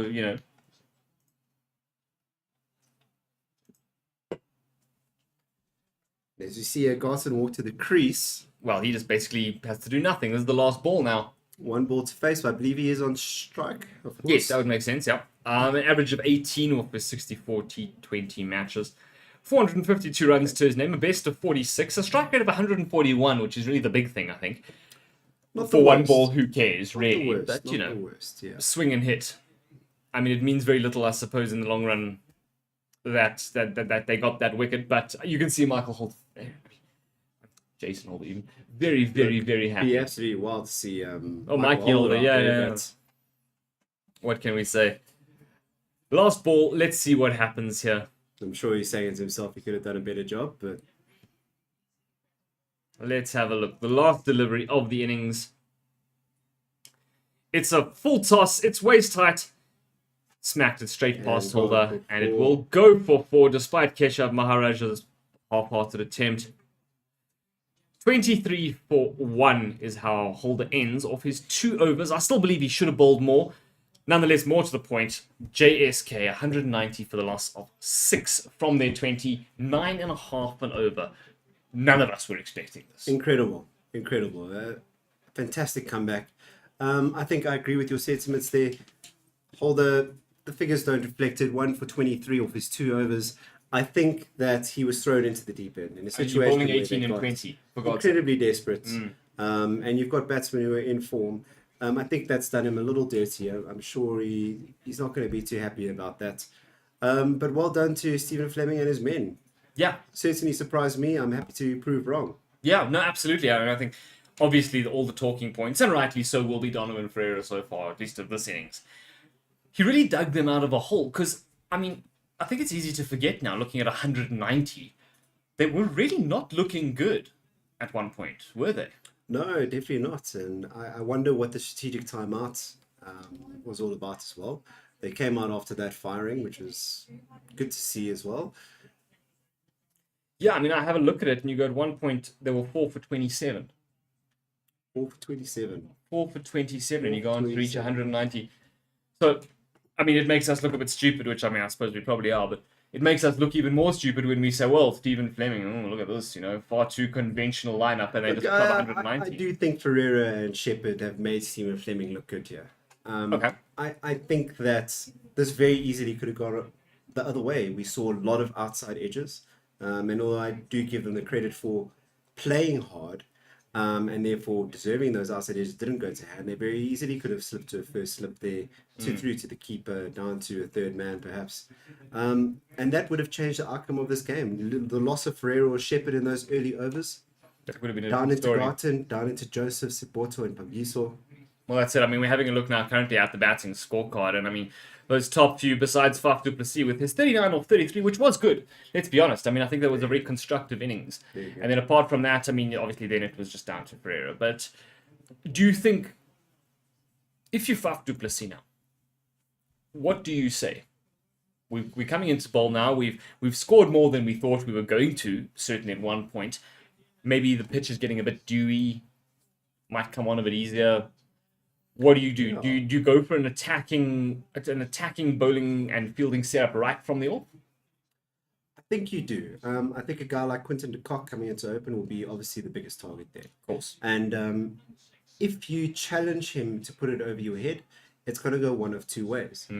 He's either going to do it or it's going to bug out earlier. We've seen him on a couple of occasions. He is susceptible to a short ball in particular. And challenge him. Don't be afraid to leak a couple of boundaries to him. Okay. Well, before I leave you, Rees, I want to ask, Durban Super Giants needing 191 to win. That's just over 9.5 and over on a pitch that we've seen, well, certainly didn't look at first like it was going to have so many runs on offer. Do you think they'll win? I do. I think they've. Oh, sorry. I do believe Josie will win this, of course.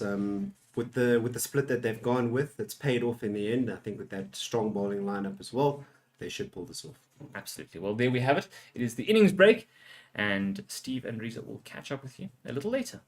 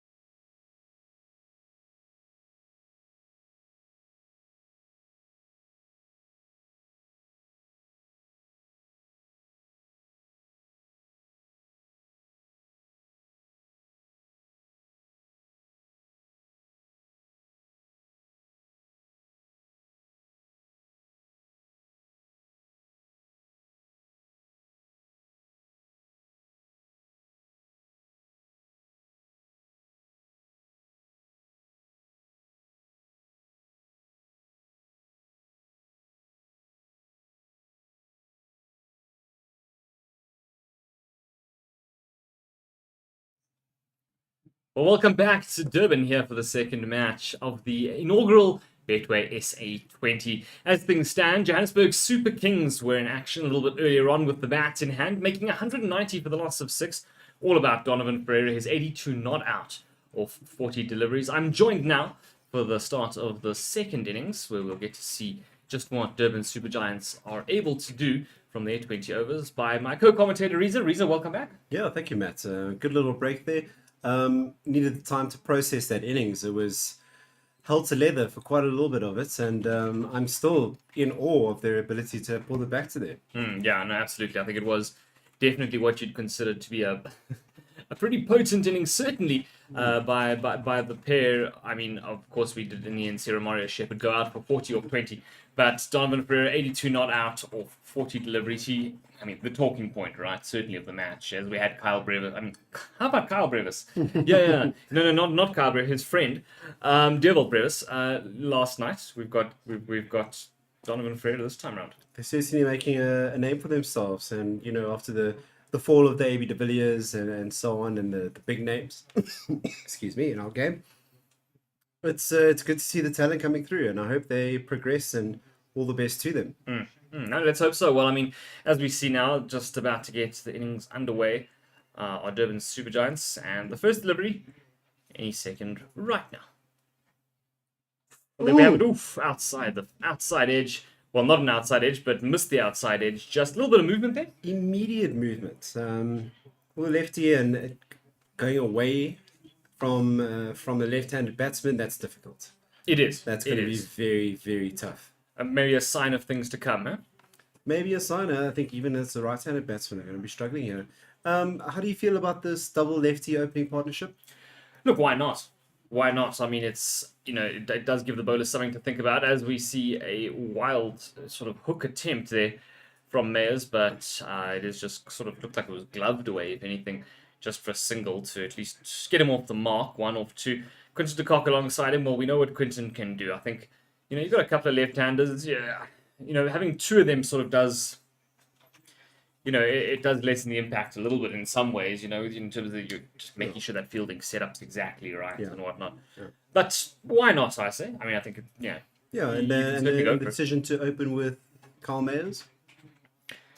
Again, I think, you're chasing 191. We know Carl Mayers really can hit a ball very, very solidly. And I think you have to kind of go from the off, don't you? When you're chasing such a large target. I mean, we heard a little bit earlier on they were talking about the conditions down in Durban. A little bit of movement there. Quinton de Kock off the mark for 1. Yeah, we were talking about it a little earlier on, maybe coming onto the bat a bit better in the second innings. I think, look, take advantage as early as you can. Maybe you've got the batting power play in the beginning. Let the power play be. And go out with some big hitters. We know Quinton is a big hitter, and I think Kyle Mayers is a great guy to put alongside him. I would say without a doubt, it's the kind of situation you want. Yeah, I think so. There's no questioning his ability to hit a ball. The question is around his consistency to hit a ball. We saw his stats there, just over 100 games, and I think he's averaging about 20. It's not the best figures. And we saw the experiment yesterday with Sam Curran coming in. I think it was about 3 for Paul, and it didn't quite pay off. And I hope it's a bit different here for Durban Super Giants. Well, it does remain to be seen. Let's have a look. I mean, they're clearly going, but there he goes right over the top. And I will swallow my words immediately. In the first over. We have a disappointed fan who looks like he missed out on, I suppose, what he'll feel is a sitter. But there we go. Mayers banging it straight over kind of the long off region rather. And that kind of a shot, a bit wide and full outside of off stump. A little bit over pitched maybe. Yeah, and unfortunately we saw the Joburg opening pair, as well as 3 and 4, play similar shots and get out to it. Outside edge, dropped at slip. That is a drop. Tough you have catch. To say, it goes all the way down to the boundary, of course, for 4. Rain stood still. It would be interesting to see just how close that was to him. It looked like Reza Hendricks had a very late reaction to it. It was very low. perhaps argument to be made that Ferreira was a bit late on it? Maybe. Let's have a look. Let's have a look in the slow-mo. We'll be able to tell you now. I mean, it's a... No, I would say you gotta give that one to slip, I'm afraid. You disagree? I think Quinton de Kock would have got there. Yeah, look, from the other angle, from the reverse angle, yeah, you could say maybe putting in a good dive on time, you would have got there. But look, nonetheless, it is what it is. I mean, not a bad first over, 12 off it. Kyle Mayer's perhaps a bit lucky there, but nonetheless, he remains 11 off 5. But as we said before, and just that comparison to the opening pair for Joburg, as well as the 3 and 4, they lacked that intent. And as a result, landed up playing some very silly, very half-ass shots. And you see here, Kyle Mayer's going forward from the beginning. Why not? You've got Quinton de Kock on the end. Have a go. Yeah, sure. Look, I mean, I suppose there's also... Oh, a direct hit. Close. And there's Aaron Pangiso. Not the first name you would have thought associated with the direct hit. Nonetheless, here we are. Let's see. We are going upstairs. I got the feeling it was in. I think he might have just crept over there. He did have to put in the dive. So what's happened there is Joseph's had just squared up Mayers, and it's just dropped kind of short in no man's land, and they thought about the run, and yeah, we'll just have to see. Has gone up. Shouldn't take too long. This Do you think the single was on? an immediate call would have been on. Well, let's have a look here. Okay, so we see there's a fair delivery. No issues there. My goodness me.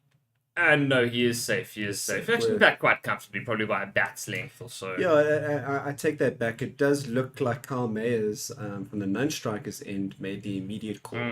And so he took the risk upon himself, and at the end of the day, he would have died by the sword there. Yeah. But I mean, do you need to be taking... And I know obviously every run's every run, but you're in the second over. Do you need to be taking risky singles at this point? I don't think in his mind that was a risky single. Okay. And I don't think his intention is really, let's push these runs and so on. I think it perhaps fell a bit closer to Pangiso than he thought. Swinging a miss. Has he? He's gone. He is gone. And Joseph getting some great bounce off the deck there. Gone straight through Mayers, unfortunately, who's tried to pull it over to the leg side. 150. Well, that brings up its own conversation, doesn't it? But I mean, for now, let's have a look at this ball. I mean, it was a shorter ball. Tried to give it the good old swing, and just nicking that top edge. Matt, and you have to say that when bowlers reach a certain threshold, and we're talking the 140s and above, and then a whole different conversation. A no ball! That must be a front foot. It was a no ball.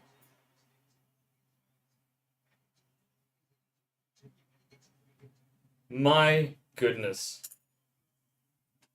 We'll have to see her. I can't believe that. Who would have thought that? A no ball. Was it the front foot? Oh dear. Oh, yes. Oh dear, he's well over. Yeah, no, well over in the end.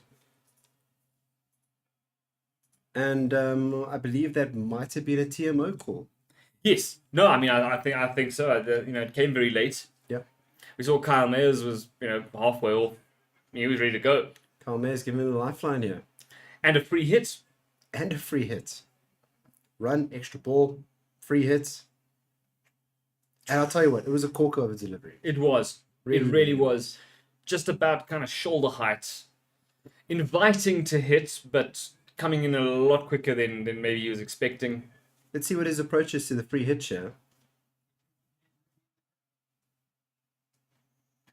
Oof. Oh, and it's a fantastic delivery after the disappointment of that previous ball to come back and bowl that. Yeah, it's very easy to go, you know what, I'm going to give you the middle finger and I'm going to, bounce one at your head. Absolutely. And But, he's bowled it, he's only lovely. given away one. He must be a bit disturbed. And just to finish on that 1 point, Matt, is when you get to that 140 range, as a batter, you've got to give a little bit of respect to that kind of range. And to say to Joseph, I'm going to pull you across the line on your second ball.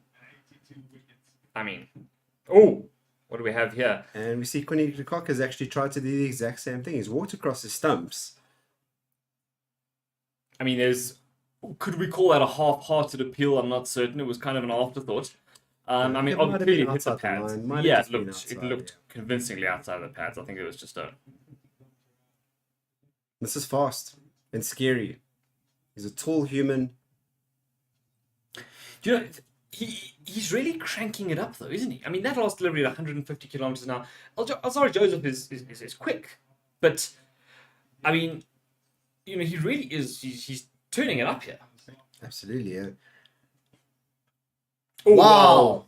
Speaking of turning it up, Wow.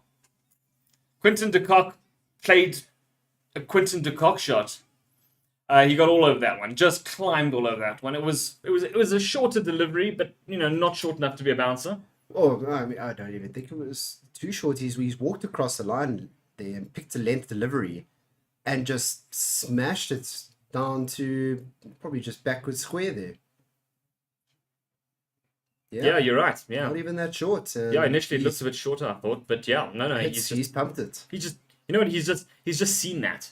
He's just seen that happen. You know, it's Quinton de Kock's talent. The next one, oh my goodness me! Oh, Quinny. What a shot! What a shot! He pulled Slightly that fuller. one. Slightly fuller there from Joseph, and he's Just dispatched him over what's it kind of long on, yeah. and it's golf swing esque. It is. He likes a bit of golf, lined does it Quinton, up. I believe. Absolutely. He's just Well, there you swung go. through the line, beautiful follow through, and watched it sail. So now, if you JSK, are you thinking, oh shit? I don't think you get defensive just yet. Okay.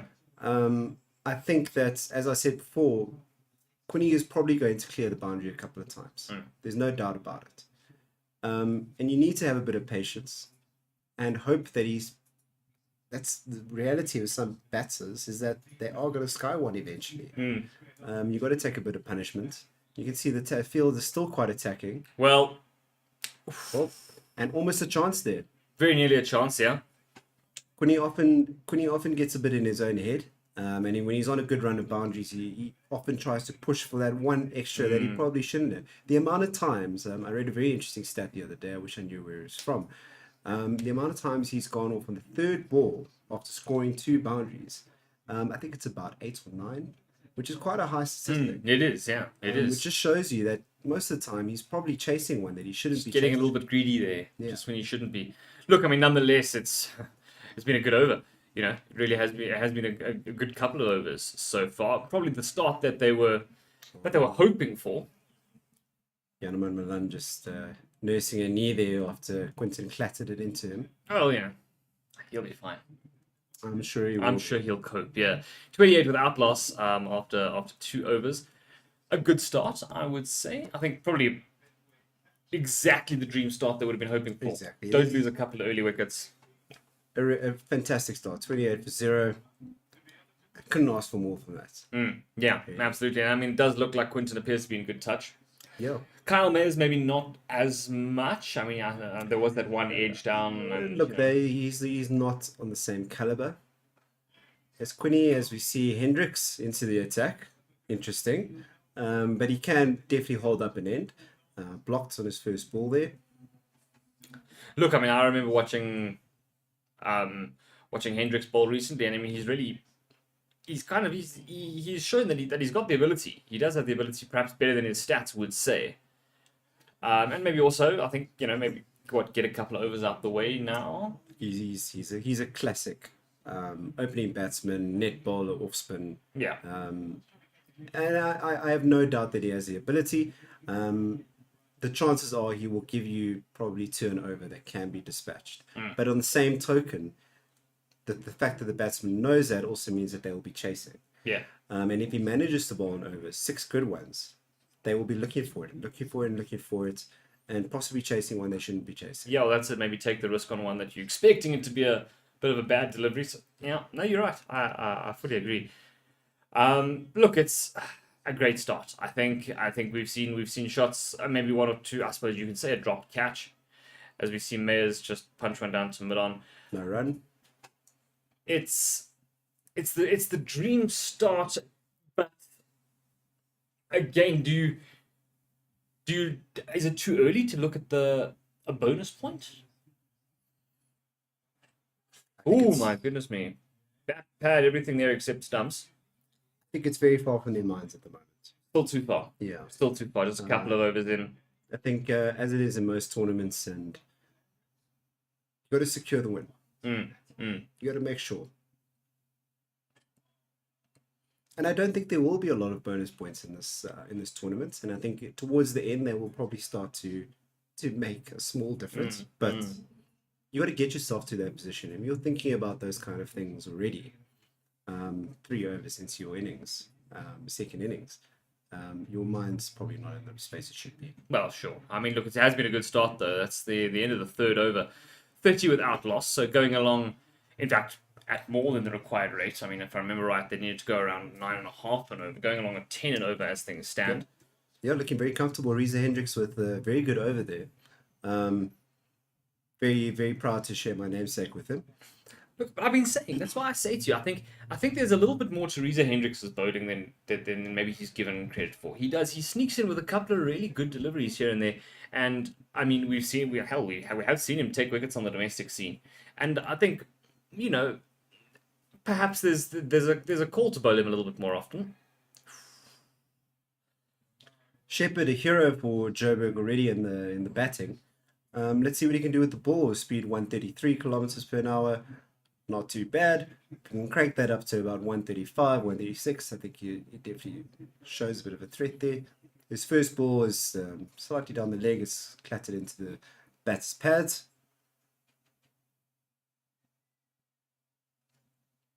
So for him, you look at that bowler's card and you see an economy of 9.04 is probably something that he'll want to improve on. Oh, I think that's well played. you think that's well played? I think that's well played. We'll have to see the replay, but So that was a boundary. That was a boundary. A little bit of a it's like a bit of a late cut. yeah, a very late cut past where if there was a third man, that kind of an area. Sure. Let's have a look here at the replay. Look, I think he's adjusted at the last minute. Yeah, I think that's relatively intentional. Okay. He'll be happy with that. Well, I suppose you'll be happy with it because he's not out. Yeah, sure. And because there wasn't a second slip standing there. That's why he's happy. But yeah, no, I do agree with you. I think that was probably, that was a bit of an intentional shot from Quinton, who moves on to 20 now, with just 9 deliveries. He really is going on at quite a rapid rate.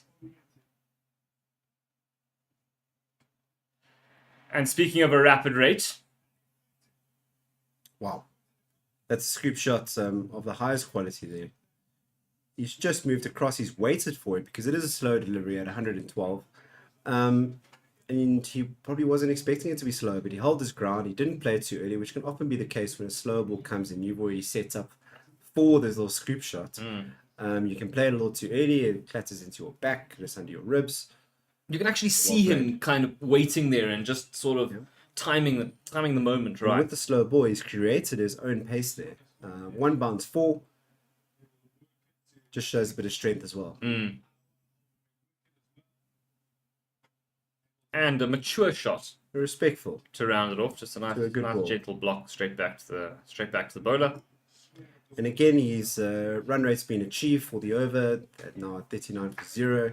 2 balls left in the fourth.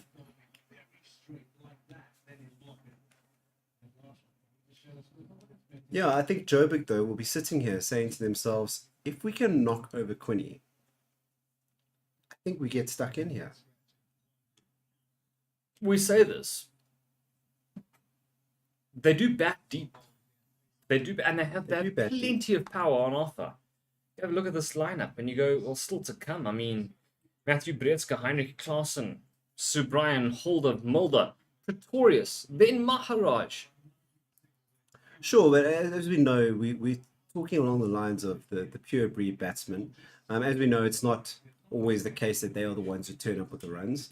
And these guys are all somewhat of an all-rounder in what they do. And it'll be interesting. Oh, okay. He's just played up on the up there. Mayers, And that's the end of the over. 40 for 0 after 4. Matt, that's my time with you for now. Thank you so much. Absolutely, as always. And I will see you in a little bit. Yes, indeed, you will.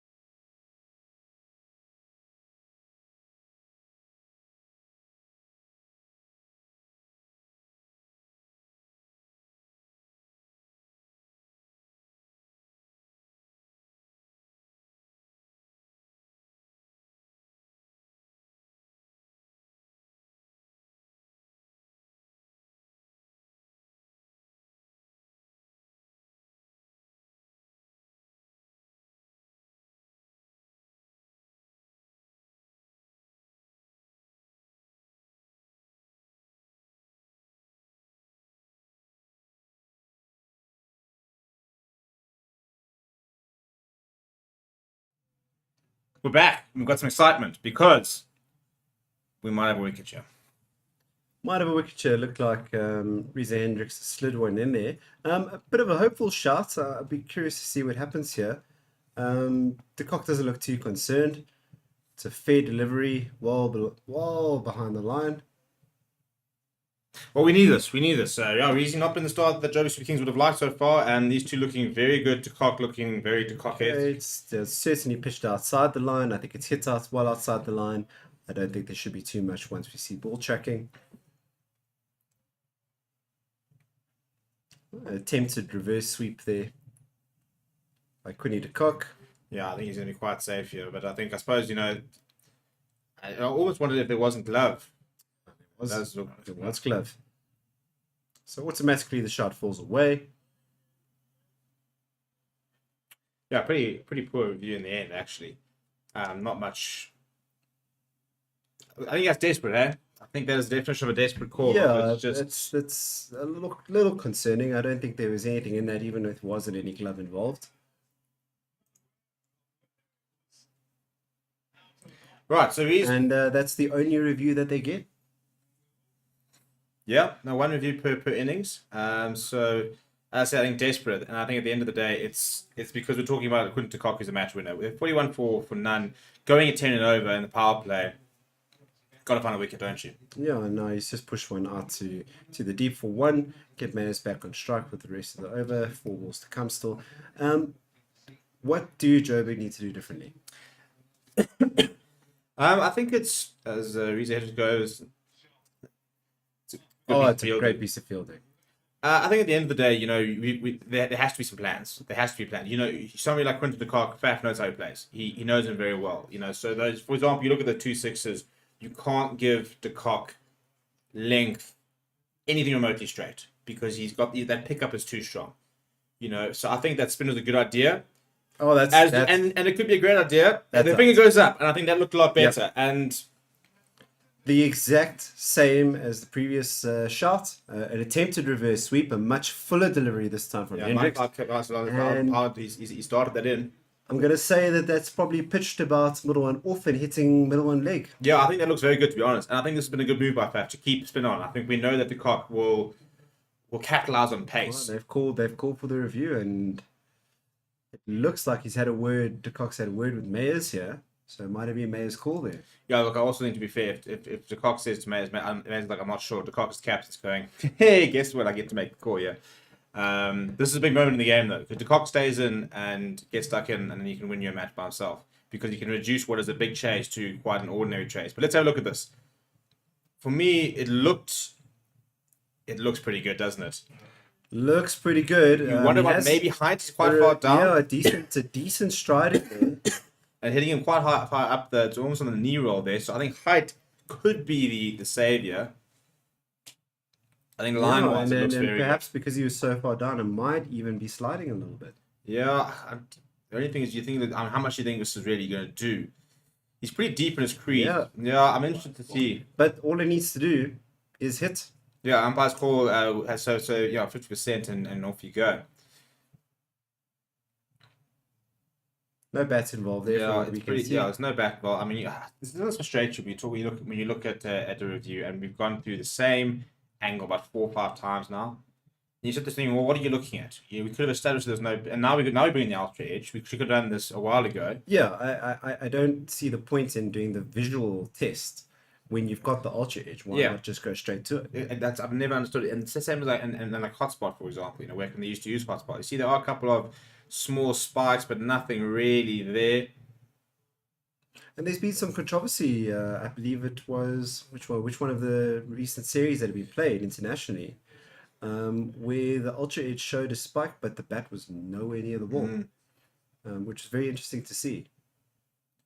Right, so now looking there, I mean, it's pretty high. I mean, it is probably would have been just below the knee roll if you're standing upright. So I think as I said, height will be the interesting one here.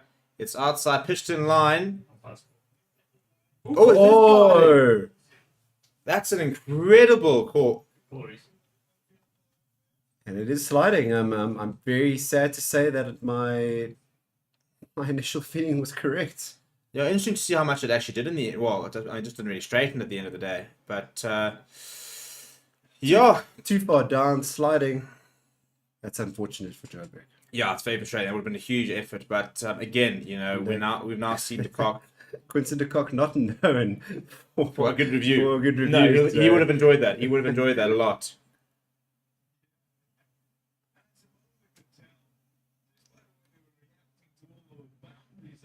Yeah, interesting there. But I think it's been good though to go spin. I think with the cock now, we know, as I said, that sometimes you can struggle against spin, but you also don't want to, I suppose, bring on Aaron Pangiso, your only real big spinner, your premier spinner, really, this early on. So, yeah, I mean, Reeza Hendricks is doing a job here. I mean, he's none for 4 after 1.5 overs. It's slowed down the run rate a lot, but I think more importantly, he's creating a couple of problems here. The cock doesn't look comfortable. Yeah, two from his first 5 balls of this over, and 1 to come. Let's see if he can finish strong here.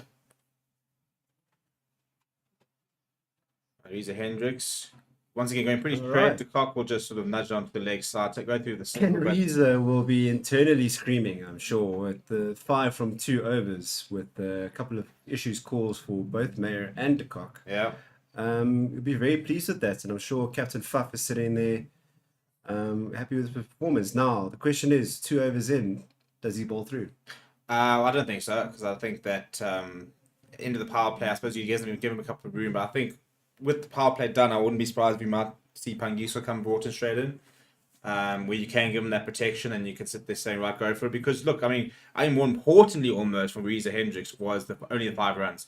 They were going well over 10 when the pace was on, and he brought that run rate down a little bit to apply the brakes. But I mean, you look at Super Kings were 24 for 2, Super Giants sitting 43 for none. Required run rate sitting at 9.86, current run rate 8.6. Malusi Saboto, I like that. I think this is a good idea as well. Take off the pace against the cock. Don't give him too much to work with. And I mentioned his name a few times, Reeza. I mean, we watched him, but I think he's someone, a proper veteran, no pace. 126, that's probably around as fast as he'll get, but the variations he brings, I think, could be very effective on a pitch like this, for example. Yeah, and decent economy. They're not incredible stats, but experience is worth its weight in gold. They're not at the age of 35, 108 wickets from 128 games. We'll see if he's got the temperament here. It goes again. That's very straight. It's set up, Oh. and Kyle Mayers has. Oh, he sent it out of the stadium. It's out of the stadium. I mean, It's gone. And after all sort of hyping him up and saying, you've got to say that's a throwdown. Really. It is. He's even dropped in pace. His first was about 128. He's dropped down to 121 on a length. He hasn't even attempted a cutter or anything of that sort. It looked like a stock delivery. He has rolled his fingers over a little bit, and it's just sat up. Calmes rocked back and sent him over the stadium. I mean, that's just too easy. That's far, far too easy. Over the tallest parts of the stadium, I mean, nonetheless. that's huge. I'd love to see what the distance on this is. 90 meters at 6. It's interesting figures coming out there. Only a 90. It looks bigger. But 25-6 in the tournament so far. It's interesting to see where that tracker ends up when they end. But yeah, Joe Super King's firmly under pressure here. Saborto is one of those players that is brought on to try and find a wicket. He's not, he's got a lot of variations that suddenly, the run rate back up towards 10. And one of those things, these two stay in as we look for a change of ball now. A big chase is a big chase whilst the run rate's still up. But if you get a really good opening partnership and you're now bringing that required run rate down to 8, even if it's sort of 8 or 9 towards the back end of the innings, it's quite achievable. The whole thing with a big total is if you get off to a bad start and that required rate gets up to 11, 12 quite quickly. So this is the perfect start in terms of really going after this and trying to take this game as deep as possible, isn't it? And seeing this and what we saw yesterday as well from MI Cape Town, as well as Paul, with their opening partnerships, rather aggressive from the start. Do Joburg need to re-look at their strategy? Yeah, I think and say with Powerplay really. I think at the end of the day, T20 cricket is, and look, it's difficult as well because when you're chasing, they come out and they know they have to go. They know that they're chasing a big total. But there's always, there's several ways to get a cat. And I think we're seeing, the difference here. But again, a little bit like Powerplay like Cape Town yesterday, wickets are the premium here. These two stay in like Ferreira and Rickleton stayed in yesterday. The game can be lost already. Far more runs to play with, so still very early days here, but it's ominous. It's ominous. These two bat another 5 overs, and I think that they give a very solid foundation to knock the rest of the runs off. Yeah, look, this is by no means. That is just bread and butter. You can't bowl there to Quinton de Kock. That is it's almost another ball gone. It's on his legs, and he's picked it up so easily. It's the Quinton de Kock special. You just can't. And you almost sort of wonder why they keep doing it. To bowl into the body of Quinton de Kock, to bowl straight at him, even if it's full or back of a length, it's... Quinny's going to owe this crowd an apology because he's sending it far over their heads. There's not even a chance for one-handed catch. No. I mean, it's hitting roofs, it's hitting covers. It's not even making it to the crowd. It's just too slow, isn't it? It's too slow and it's the wrong length, and that's better, I think. Towards Quinton de Kock. Something a bit of width on the outside off there, slightly back of a length as well. Quinton de Kock's got incredible hand speed, so when you get it full there and he can bring that hand speed through, I mean that he loves that pickup. It's you must say I'm looking at Siboti as he comes in. He's generally holding at that cross seam, but it seems, and he did the same thing with the previous one, that his cutters a bit predictable. Certainly, if you're looking at the hand, and there goes a wide. It's not very well covered. No, and I mean you look at this over now, and this has been an atrocious end to the power play. He's disappeared twice. We're looking about 15 runs in the over here. All the pressure that was built up by Reza Hendricks. What a brilliant job he did with those two. And unfortunately, Saborto was just... It's a distant memory now. It is. I mean, they look at this stage, they're going 10 and over. Things are looking very comfortable. Had one decision overturned. So that was I think that proved to be quite a big moment. But I think the biggest frustration... And a free hit. Yeah. So apparently no ball now. He stepped over. And it's marginal, but you have to think behind the line. It didn't look particularly clear there was, but the line does belong to the umpire, and we don't see anything clear behind the line. Right, so free hit to end the over here. License to May as he steps across, and he launched it. Go get another ball. Yep. There we go. And over the Ball's back. gone. Get another ball. Hope that box is close by. And I think Saborto could be, at this rate, lucky if he bowls again, lucky if he plays the next game after that over. 22 Look, at this rate, Saborto's over. going to be lucky if he makes an entire SU2 team. Yeah, tough times over here for Malusi Saborto. And again, you'd think it's a pitch that suits him. He's just gotten it completely wrong at the end of the day. And again, free hit there. 93 meters. Tell you what, folks, there's a little question over these distances because this previous one looked a lot longer. lot further. I want to see. I want to get ball tracking in here and see what's going on here. But power play 65 runs. I mean, last Tuesday I would have thought about a best case scenario, and I'm not even sure 65 runs would have been part of it. I mean, that is a brilliant start for the Durban Super Giants. And if JSK don't stay in the flow and get a few couple of wickets, this could be looking one way. We can almost. This is the kind of thing that you want to see from Quinton de Kock. You want to see him free flowing. He's not worried out there. He hasn't looked uncomfortable at all throughout this, and this is why he goes for the big money. Yeah, he's the most unflustered type of character. Carl Mays as well has been a really good foil. The phones are out. Not sure what's going on there. Very cool. Everyone has their flashlight lights on their phone in the Durban night sky. You've always loved flash, Very haven't you? I don't know. Who doesn't love a good flash? Yeah. Right, so in comparison, Joe's Super Giants were 27 for 4 after the power play. In all of this excitement, though, let's not forget the real star of the show today is Yaku, the Jeep Man. Oh yeah, who's still sitting with his R1 million, the name's in pencil, in terms of that R1 million check. But what a moment for him. I mean, he's gonna go home tonight and sit there. I mean, how do you sleep, thinking that you've got a potential R1 million that could be hitting the account, but also now the pressure of you sweating. I mean, he won't miss a ball. He will watch every single match, sitting there waiting to see if it's going to be shared. I've got a question for you. What happens if he catches another one-handed catch? Well, I don't think the prize money gets bigger, but surely they've got to do something. But what happens? No, for me, what happens if he catches another one and then somebody else catches a third? Does he get 2/3? See, all these things at Betway are suddenly the Betway officers are watching this, and all of a sudden the phone calls, I'm sure, are going around in terms of the T's and C's.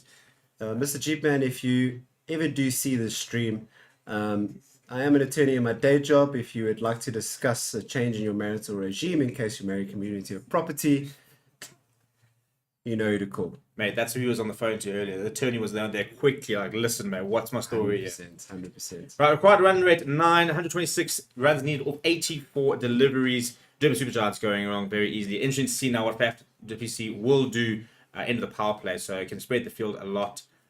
He's damage control at the moment. It's two things. First of all, he needs wickets, but he's got to stay in the flow. They can't keep going at this rate. Yeah, and I think it's got to happen now. Yeah, within the next 2 to 3 overs. Before any more damage can really be done.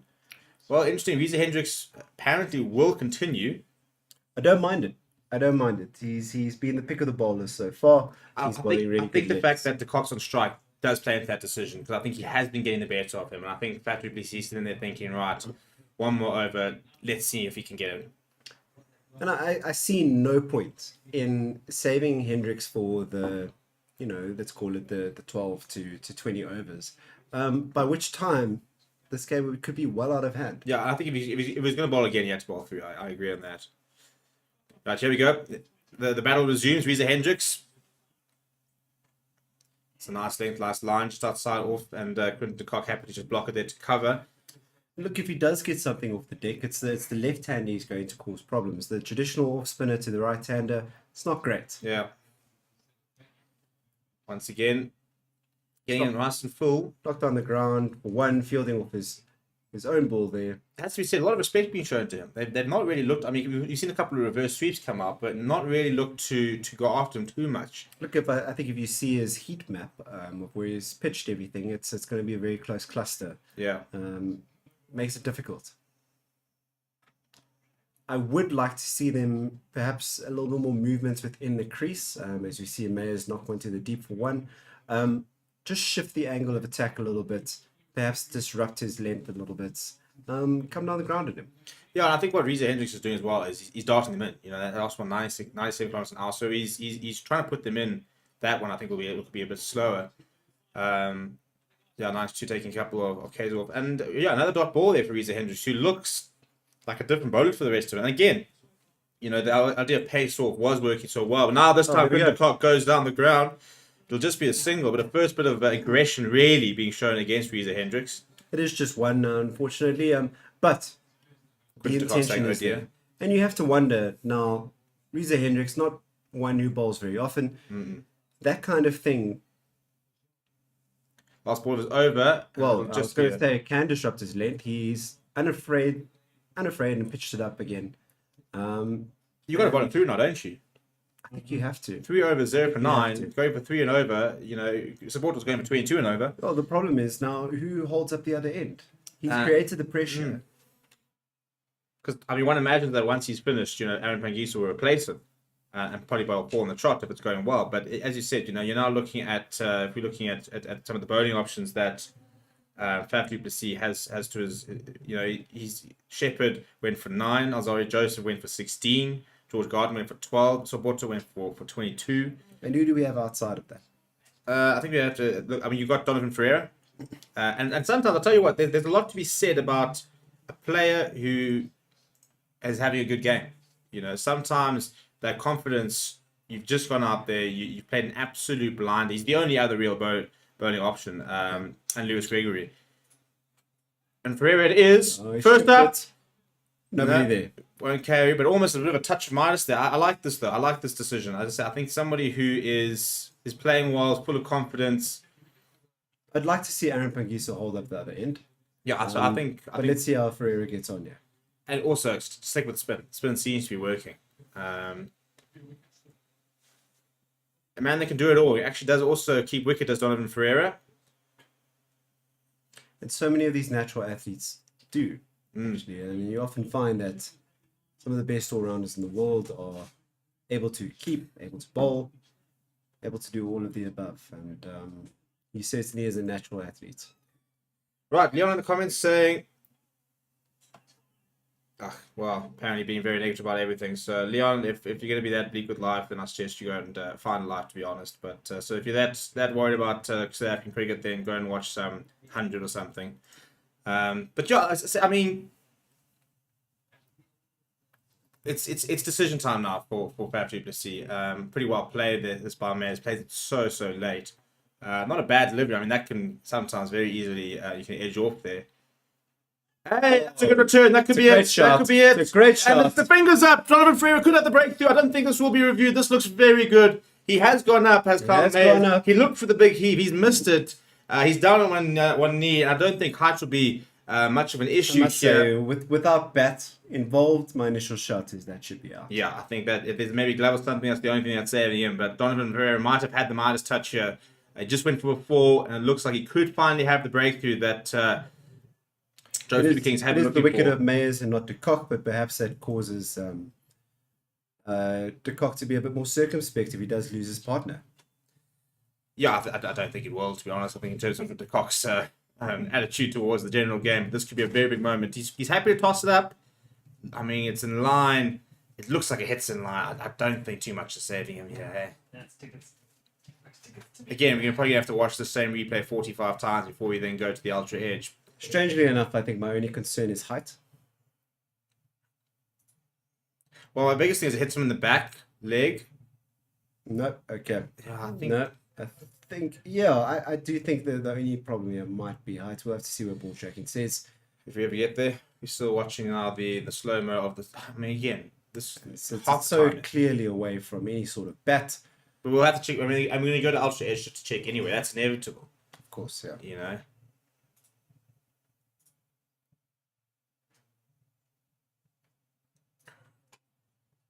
Just go to ball tracking. Nice. Here's the ultra edge. Oh, goodness. Do you see that small spike there where it's very clearly nowhere near the bat?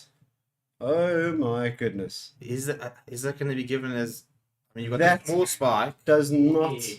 There's... and The then biggest that's also spike has past come when it. the ball is very clearly past the bat. It might just be... I'm not convinced there's bat on that. I mean, there are two small spikes, but you look at where the bat is.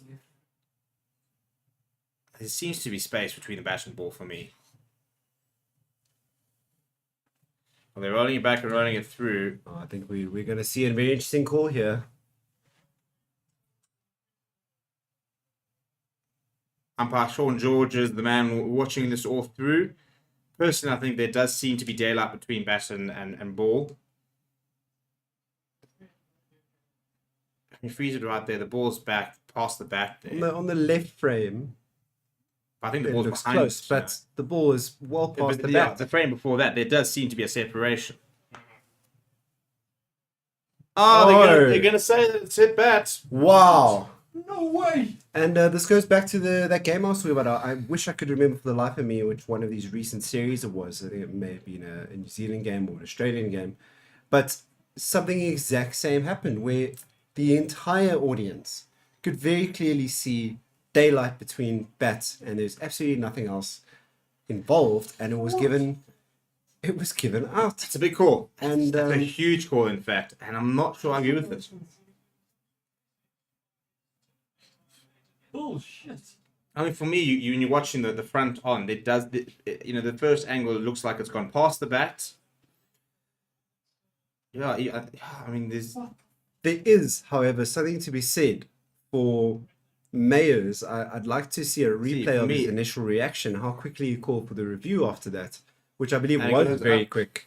I don't think he even consulted with Quinny de Kock when he called it, so perhaps he did feel something in the process. Yeah, it just as if you watch it, it almost looks like it goes past the bat. Then it's got that small little spike with the ball. Yeah, I don't know. It's a big call. It's a very big call. Not sure I would have made it. It wasn't a particularly big spike. Right, and a single finish over. Not a terrible over in that. But I mean, this is frustrating now for Joe Super Kings. They've now had they've had a review, and it was and there was no luck. They've had 2 wickets which have both been overturned now. That's got to be seaming. Absolutely, and you've got to hope that they are able to keep their hands together. I think the press conference after this is going to be very interesting. Fuff always has a very measured approach to everything, but you can see he's gritting his teeth a little bit there. Yeah. And if Right. if this ultimately goes against them, which at the moment it's looking like it will, he should have something to say about this. Yeah, and on that note, Reese, we're going to have a break. So as Reza Hendricks is set to continue, so we'll see you in a little bit. Thank you very much. What the fuck? Yeah, I'm not sure about that, Pretty hacked about that decision. Hey, Reese, you know what you're doing there? Just pressing studio. Yeah. Cool, sorry. Transition there, yeah. No, we didn't put. I didn't press. Or did you? Did you take out studio mode? I just put it studio. Yeah. Okay. Right, welcome back, Matt. Very quickly, I think that sums it up. I don't think in the comments box here we are agreeing with that decision. It's Quinton de Kock brings out the reverse sweep against Reza Hendricks. Good piece of What fielding there. a load of nonsense. Yeah, I'm not impressed. Not convinced. Like, there was daylight, my man. Well, that's what I thought as well. You could very clearly see there was spaces. You could have driven a small car through there. Well, I can't. I'm sorry. That was dreadful, to be honest with you. But there we are. It is what it is. What are we? Halfway through the 9th over, 79 without loss, allegedly. yeah, and I think that's the big thing for Super Kings. 2 LBWs now that's been overturned. 1 correctly. The one, yeah, I'm not convinced. And I would like to have seen ball tracking just to see what if it would have been a decent shot. But Quinton de Kock coming down the track. Reza Hendricks is bowling a bit of a gem of a spell here. Have I not been saying? Hey, let's not make it like you've been saying this for months. My man Reza knows how to bowl. Well, me and Reza were at the One Day Cup. Other Reza. Yeah, the other Reza. He's He's a bit shorter and a bit wider. We were at the One Day Cup final a couple of weeks ago, and Reza Hendricks bowled a superb spell then. So it's interesting to see getting this the backing here. And can I tell you some more good news? As There's you might feel, electricity. there's electricity in the room, ladies and gentlemen. God bless our country. Yeah, so the fact that the inverter got us through is probably the biggest, shout out man of the match to inverter. Yeah, Mesa, well done, chaps. Loving your work there. But yeah, Travel City here. So Durban Giants 81 for 9, Super Kings were 41 for 4 at the same stage. It's grim reading, isn't it, Steve? It's grim reading. It is. For the Joburg Super Kings, I said something has to happen. For example, that over there 5-0 from Reza Hendricks. Yeah, Reza just went to his final over now. 0 for 14. It's a hell of a spell. 82 without loss after 9. I mean, It's one of those spells. So when we play local village cricket, we have something called the TFC, which thanks for coming, which is basically somebody who didn't contribute anything.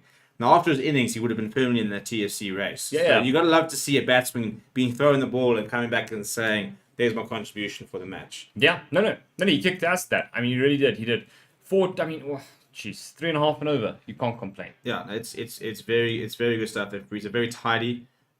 Needs more support, to be honest. And I think we're going to see spin operating from both ends. Surely. Donovan Ferreira stays in the attack, and I'm sure we're going to see Surely the banker. Pangiso must Aaron come in. Pangiso Surely, right? will be operating from the other end. I mean, I think he would have been in had Hendricks not balled. so Yes, 100%. I think Hendricks had hoped for. Oh, that well. Oh could be my another goodness me, shot! that's another big shot. Maybe sliding down the leg. And I'll tell you what, spin is definitely the way to go. I mean, they've got the DRS timer up, nobody can review it, so someone needs to let the camera crew know that they can't actually go upstairs, and I'm not sure they would. It wasn't probably the best shot of them, but spin's doing the trick here. They're creating It is. opportunities. Brings up, and it's up in the air. It's To a go over the top, will it go all the way? No, yeah, goes for 4 at least. Yeah. Couple of bounces for no one out there in the deep. A little bit of a top edge there, though, from Quinton de Cox. So Ferreira getting a bit expensive, but there's no doubt that spin is causing more problems than seam. The Which is issue- interesting for me because it's not really turning a great deal. I mean, there's a bit of movement, sure. Yeah, I think you might not be skidding on as much as they may be expecting. You know, it's as I said, you're not going to get a great amount of turn, but if you can dart it in there, get it to grip a little bit, and that's just going off. And that's Just going for a nice, easy single. Just turn that down the leg side. SM for none, and you just got to sort of stay in the flow a little bit. But yeah, I think on reflection, I think got a little bit of a better connection than initially thought. From the front angle, it looked like it was a bit of a top edge, but I think it looked a bit more controlled. Now Mayer's going down the ground. Should just be a single. Yeah, Hendricks there at long on, just waiting to receive it. Do you know what's kind of struck me about this innings? It hasn't felt particularly explosive. No, I mean the early over certainly.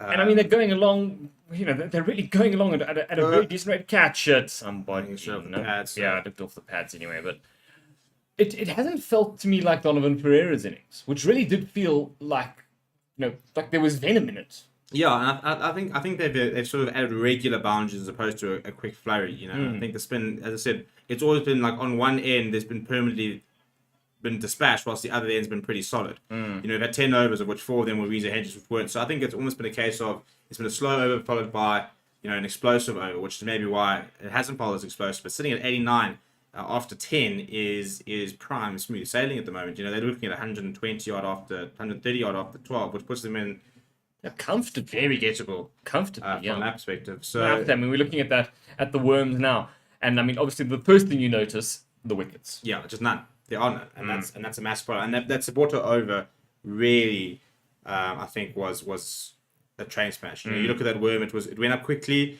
and they started to set in the flow a little bit. It was actually heading more sort of it was flatlining a little bit, and then Sporto was over, just accelerated them, and then they haven't really needed to do much before then.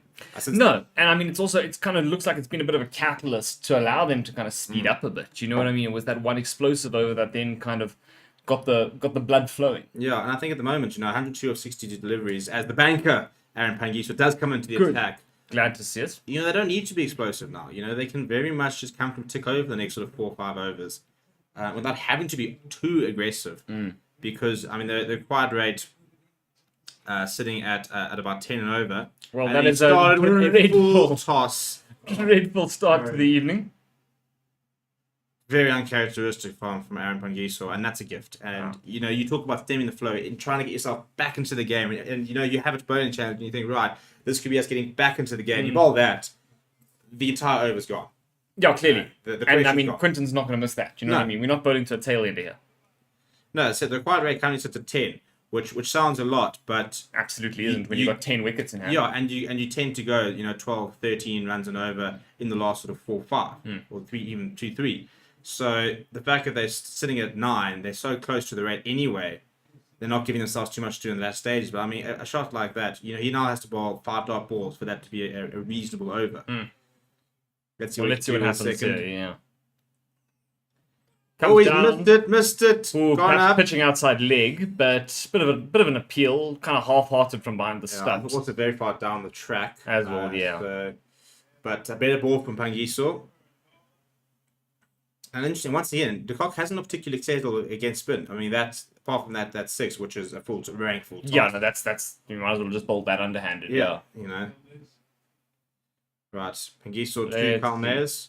Inside edge there. Bad ball, not a bad ball.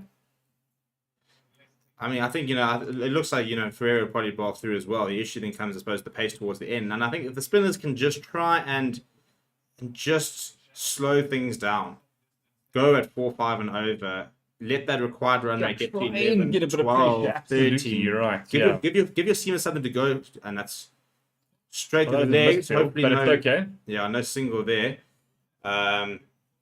Just try and get that. The required rate's below 10. You've got to get that up to 11. 12. No, absolutely. Because, let's be honest, you're not creating wicket pressure. So And that looking at the ball tracking there, I think just outside leg. outside leg, yeah. So well, there you go. If you're going to give that to another rank. Quinton de Kock, it's all right. it's a long hop there. But again, as I said, apart from that full toss, they haven't really managed to get a hold of the spinners. We saw a nice reverse from Quinton de Kock the last over. But pace off does seem the way to go. You've just got to, actually hit the deck and use facilities a little bit. Yeah. Now Mayers gives him a lot of space, and Calvert-Ray's taking Well, we the see bail Kyle ball. going for a bit of a run, but I don't know what that means necessarily. Yeah, they'll go upstairs, but I don't think Kyle Mayer's foot ever left the ground. If it did, there could be actually. I don't know. If you ask Kyle Rayner, he looks as though he's off to the change room. He reckons the game's done. Yeah. Well, let's have a look. Look, nice bit of glove work, regardless of whether it's out or not. Yeah, nice awareness. It's good to see that. Look, if this is out, this would be huge, and what an impressive moment this would be for Calvert and almost sort of buying a wicket because he never. Buying is exactly the word. Yeah, because Mayer's never left his crease yet, so he would have had to have lifted his foot if this is going to be out.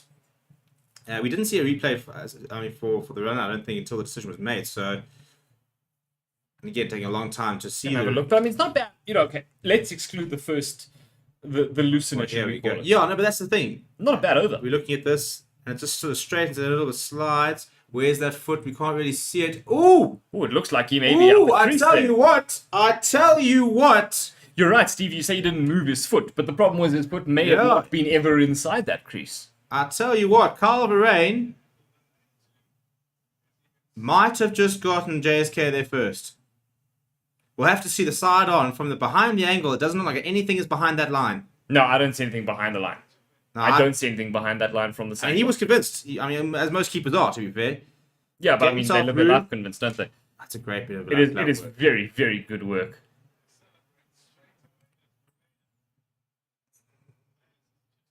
Right, this is the angle. Okay, well, now we're going to have a look. And See if there's any that bats. foot's only getting...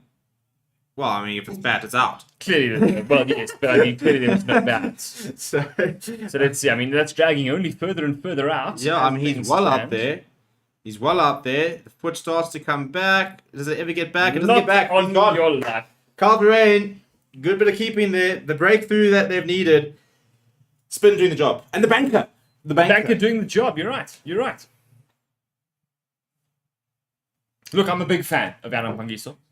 I've thought he's been such a solid servant of South African cricket. Yeah, He and there truly it has is. been. Confirmation of that wicket then. Aaron Pangiso getting Kyle Mayers apart from a rankful toss. Bowled pretty well. And Kyle Mayers, what a knock of 39-28. Slowed down a little bit. He went all guns blazing, but it's a very nice knock up front. And it's a fantastic platform. 98 for 1 after 11 is still a very strong start. Now, though, is when JSK have got to put the squeeze on. That required rate's still sitting around 10. Couple of good overs now. Now you got to build that pressure. Yeah, like we said, you don't have wicket pressure. You got to build scoreboard pressure. Give that single to De Kock. Look, there's still plenty of batsmen to come. Heinrich Klaasen has just walked out, and he's in the form of his life at the moment. Absolutely, yeah. So it's a weird thing to almost say you want Heinrich Klaasen on strike, but if you can, just build a few dots, get the required run rate up, build a bit of pressure. As soon as they start seeing 12... When you start seeing 12 and over, you start thinking boundaries every over. And you start seeing trying to go boundaries, that's when the chances can start. Yeah, there is a magic of the 12. Yeah. Kind of, in your head, you're going, that's 3 fours. Yeah, 2 runs of the ball, is suddenly. And then looking at Heinrich Klaasen's career, 132 matches, almost 2,500 runs at an average of 28.16, a strike rate, which is the most impressive, 136.5. He does feel like one, though, who can make it more when he needs to. Correct. No, I don't think those numbers really reflect the title. And he's known for maybe consistency is kind of been his issue throughout his career. Hasn't always been able to turn it on consistently enough. Yeah. But he's got plenty of match winning knock in him. No, you absolutely entirely right. I look at that. Currently, they're going along just under 9 over. Right, Let's see what Ferreira happens here. Well, to the cock will be a single. it's all right. That brings Clarkson on to strike. I think with Clarkson, we'll see a lot of reverse sweeps here against spin. I think he will move around the crease as well. I don't think he'll allow himself to be bogged down. He'll try and continue where Calmeir's left off, and I think that'll create chances. Again, Clarkson's not someone who's going to take his time. He's not going. He not often builds an innings. He is someone that likes to go quite quickly. I'm telling you, as an aside though, you talk about him moving around a lot in the crease. That's a lot to move. He's a mountain of a man. Henrik Clarkson. Yeah, very hard. I mean, you don't really see it. I mean, you see it a little bit on TV, but I mean, I'm lucky enough to know him quite well. And we spent a holiday once in Namibia, and you watch him on the. I mean, just having a laugh with his younger brother throwing a ball around, and well, a nice mature shot to start. Get off the strike and take the single. You watch him throwing a ball around to his brother, and it's like they're standing on. It's almost like they're standing on the west coast and the east coast. They're standing so far away from each other. Yeah. And they're just pinging the ball to each other like it's nothing. Ball doesn't even drop. It's like an arrow. Yeah, well, and athletes. It's just amazing. You realize kind of, I think cricket is a sport where for many years being in the best shape of your life wasn't really a necessity. But these guys are really fit. It's a power game now in the end of the day as well. It's even the bigger guys. It's the power they can possess. The bit of extra weight can help a lot if you've got that. It's power hitting. You look. Yeah, I get that all the time. Yeah, I'm sure. Natural born, middle order finisher. That's really. it. Yeah. Really, I am. I played lock. Which lock? Half of a 4 lock or half of a 5 lock? No locks really. If I'm honest. I didn't even really play. Even when I was on the field, I wasn't really playing. They could probably just wrap you around the door. I was tackled by a lock. Yeah. That's about as close as we ever got. And it was a high tackle because you couldn't get that low. Yeah, no, indeed. And I was in a ball once, and that was dreadful. But Right, very interesting. It's been a solid over so far. Just a couple of singles, and that'll run down. Looks like it's that's going to go all the way. It's frustration. And you can see a wry smile from Donovan Ferreira. Wasn't a controlled shot there from Ducot. Didn't want it to go as fine as it did. Beating Ferreira, didn't have much chance there, and all of a sudden, what was a good over, 4 from it, it's suddenly 8 from it, and that's pretty much on the rate. Plays it so It late. does. I mean, look, a lot of that does come down to Quinny's class. Yeah, it does, and then you'll just take a single to the end of the over. Why not 9 off it? I mean, it's not the required rate officially, but if you're going along at 9, hell, you can go along at 15 at the end and fine. And I think the frustrating thing, it was far too easy to get that 9. It was good, won the single and stuff like that, but just a boundary just changed the entire complexion of that over. You got to try and find a couple of dot balls here and stuff. So now I got to ask you: is that as a result of the fact that we are essentially bowling batters? Do you think that the one that went for the boundary is something that maybe wouldn't have gone for the boundary I don't know. I mean, obviously, Pangisel was bowling. Yeah, had he been bowling? Well, it didn't help that Bangisel's first one up was a 6. But maybe that's something you can explore with Reza. Because I'm going to jump out of here for the next 4. And I'll see everybody for the last 4. And hopefully we're still in the game. Come on, Donovan, you prawn. Let's go to the banker. It goes quick, eh? Broadcast. Yeah.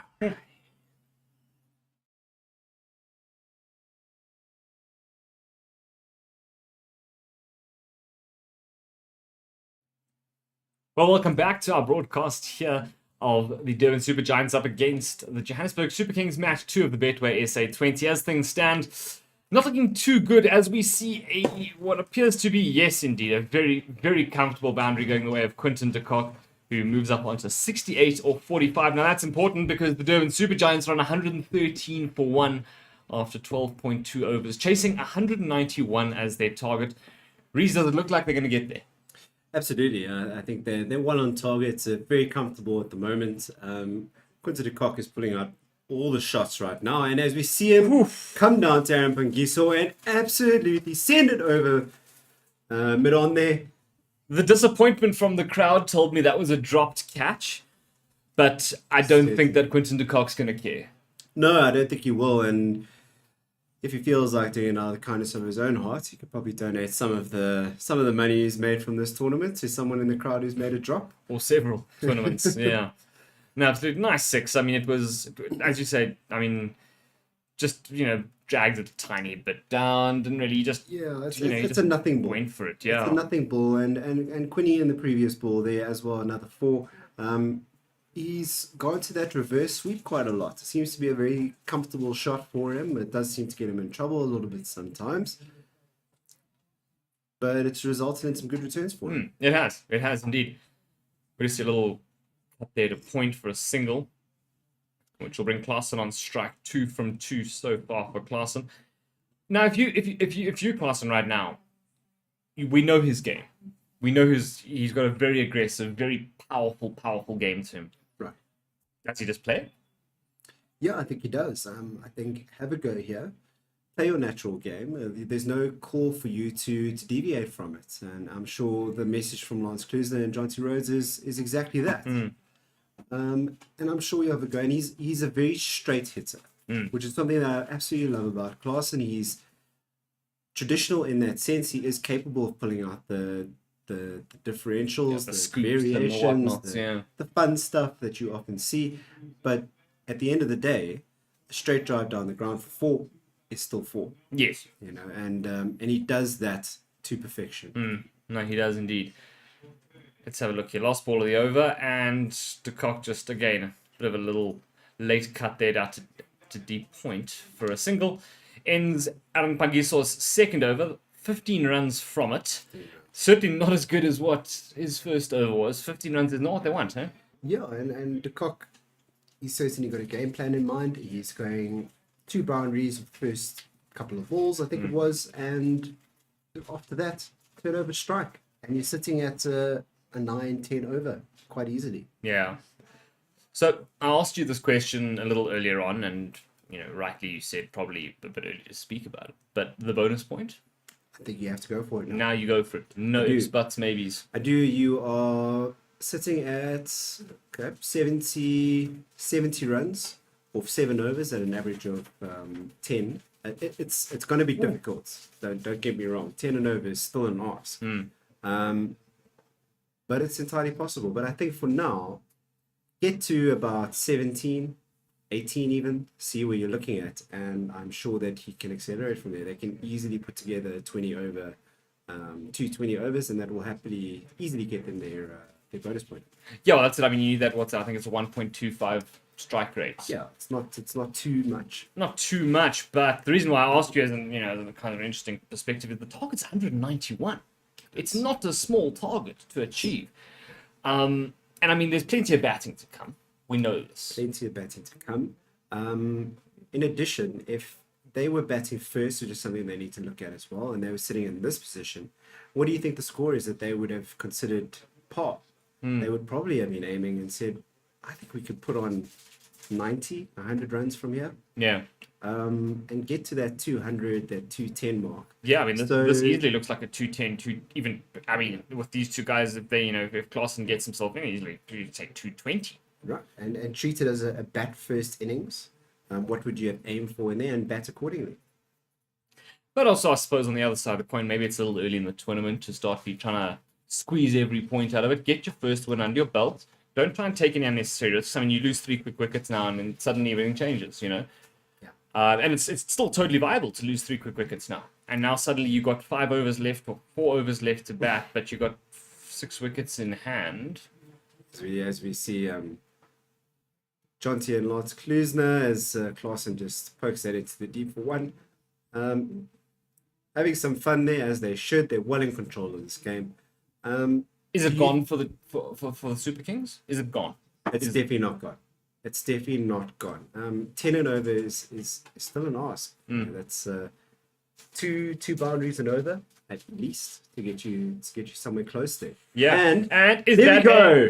That is the breakthrough. That is a as we said it. bold from the man of the moment, Donovan Ferreira. Lovely to Send him to the see. World Cup. Send him to the World Cup. As the call from Steve, and I'm finding it very hard to disagree with him right now. I'll tell you. Actually, to be honest with you, and I'm normally one of those give them a while kind of guys, but you know what, bugger it. I mean, we crap right now. Just do it. We're winning the World Cup. You're not winning the World Cup there, Steve, in the background. I mean, we'll keep his microphone off because, good God. Yet again, we see this play safe attitude there from Quinton de Kock. Probably the first time he hasn't fully committed to a shot, and he's gone through it early and chipped one straight back to the bowler. It's good bowling from Ferreira. And I hate to say ever that Steve's right, but it is interesting that he said, they're struggling against spin. He called it early. He did. And we see Ferreira, who, let's be honest, is not your frontline spin bowler. He's certainly, he's not your number one choice that you're ever going to choose. Yeah. But here we are, removing Quinton de Kock, who has looked a little bit shifty, under spin at least. Yeah, I think perhaps a bit of complacency has set in there. Maybe, I suppose. And he's gone, okay, well, we're pretty much on target here. Okay. He wasn't looking for a boundary there. Again, that was a shot for one that he's messed up. We saw a lot with Joburg. Yeah, in the beginning, certainly, yeah. Here's an interesting one. Bjorn Mulder, the new man to the crease. I like this. Why? Yeah, I like this. I've always rated Mulder. I think he's a great striker of the ball. Mm-hmm. I'm not too sure who would have come in had they kept the original order. Let me just have a look. And we could quickly. have brought a Matthew Bledska in. Well, and a dropped catch. Oh my goodness gracious me. A sitter. The banker Aaron Pangiso must be. Oh, the man of the moment has dropped it. Ferreira has dropped it in the deep. I tell you what, I mean, it was hit powerfully, but that is unforgivable. Have a look at this, Reese. I mean, he didn't get hold of it entirely. That is absolutely appalling. And I tell you what, and it is an assumption because the camera was not on him, but he's there boundary riding after an over in which he just got out Quinton de Kock. He's riding a huge wave of success. Guaranteed, in this game. that's what it is. And I wouldn't have been surprised if he was slightly distracted by the crowd. Oh my goodness me, Aaron Pangiso nearly does it himself after being let down there. Ego just chips one down to chips it mid. back. Oh no, it's quite straight, and Pangiso threw himself across the pitch there and almost took a blinder. But this dropped catch, this is disastrous.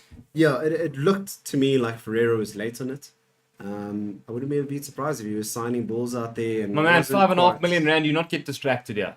Yep. No, we're not about distraction here. And maybe that's the exuberance of youth. Well, the lesson to be learned. I mean, he's not our age. And I can guarantee you that has ruined his entire game. Oh, I'm sure. Yeah, if you're any kind of a professional, absolutely.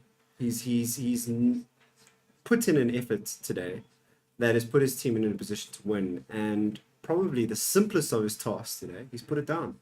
I tell you though, besides that, I mean, you look at it, what an over it's been thus far from Aaron Pangiso.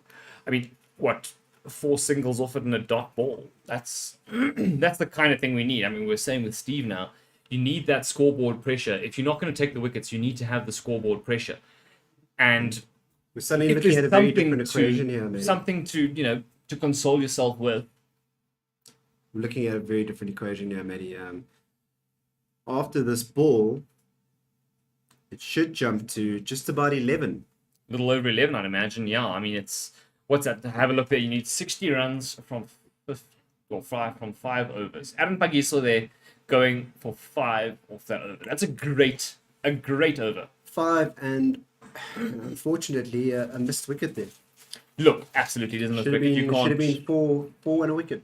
No, sure, you can't obviously forget that. But even still, in the grand scheme of things, 5 runs off your third over. Well, it's at least creating some kind of a pressure. They need 60 or 30. They need to score 12 and over. 60 or 30. And those 2 overs there, your 14th and your 15th, 15th just being completed, very important. Oh yeah, no, those were potentially. It's almost your closeout overs. There's 40 balls left. Scenario. Yeah, it's also you'll find often. They always say it's very often the match is won in the 17th or 18th overs. Required run rate now 12. Let's have a look. Yeah, 12. So they come through for the second. After a little nudge into the leg side, and I believe this is Joseph again. I don't think you'll be too happy with that. Yeah, that's also Joseph. I mean, I feel like fielding was maybe a bit lackadaisical there. We saw Yeah.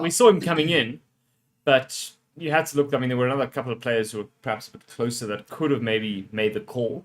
Nonetheless, 2 from it. So let's see what this. Oh,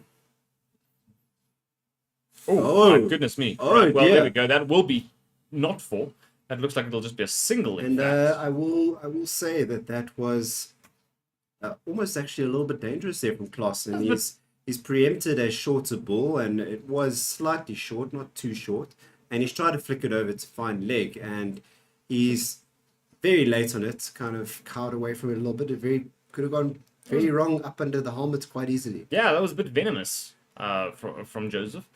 Kind of, I think it just got a bit big on him there. He wasn't sort of, you had to pull out at the last second, not entirely certain where he wanted to go with it. It's impressive that he can even hit 150. I would have walked out of the stadium. Mm-hmm. Well, there we go. Lovely response as well. After you played the short ball now, you've pushed him back into his crease, and then you followed up with a lovely 144 kilometer an hour. Just a single, fine, but really nice and full. Just what you want to see, really, from your frontline fast bowler. Nice bit of variety. Yeah, and we'll start seeing Buff getting very actively involved now. They've got a sniff. And he's that kind of a guy, isn't he? Absolutely, he's there. He's always in the bowler's ear. He's always helping them out. Well, and Joseph is. It sounded very much like he chopped that one on, but obviously straight onto the pad. Yeah, and I think Joseph is unlucky there. That's very close to being a chop on. Yeah, I must say, Klaassen hasn't looked particularly comfortable. When Klaassen looks comfortable, you know it. Yeah. And he hasn't felt to me like he's, going along in a runner ball. Sure, obviously, we know any of these top order batters really can explode out there, their 100 strike rate if needs be. But he hasn't looked that at ease with this. And we see now, when you've got a score like 191, 2 good overs, you're well behind. Well, there we go. And another swing and a miss And now. it's a dot ball, and those are rare. Yeah, that's worth gold right now. I mean, thus far, we've got 1 left in the over. Klaassen, an out-of-sorts looking Klaassen on strike. He's gone 4 or 5 balls. And Like I say, I'm enjoying this from Joseph. It's clever bowling. It's absolutely. really ballsy. He's backed his pace. He's backed his lengths there. But I mean, he nicely rolled his fingers over that one, just to give it that little Rolled bit it of over variation. for 140. Yeah, rolled it casual over 140. 140, as you do, yeah. Oh, And a beautiful end, isn't it? That is a beautiful ending. Gorgeous Yorker. Stunning. Another dot. 143 kilometers an hour. 16 overs gone. 4 remaining. 4 from the over. From the Big West Indian. 135 for the loss of 2 after 16 overs. And we see that the Durban Supergiants have taken their strategy break.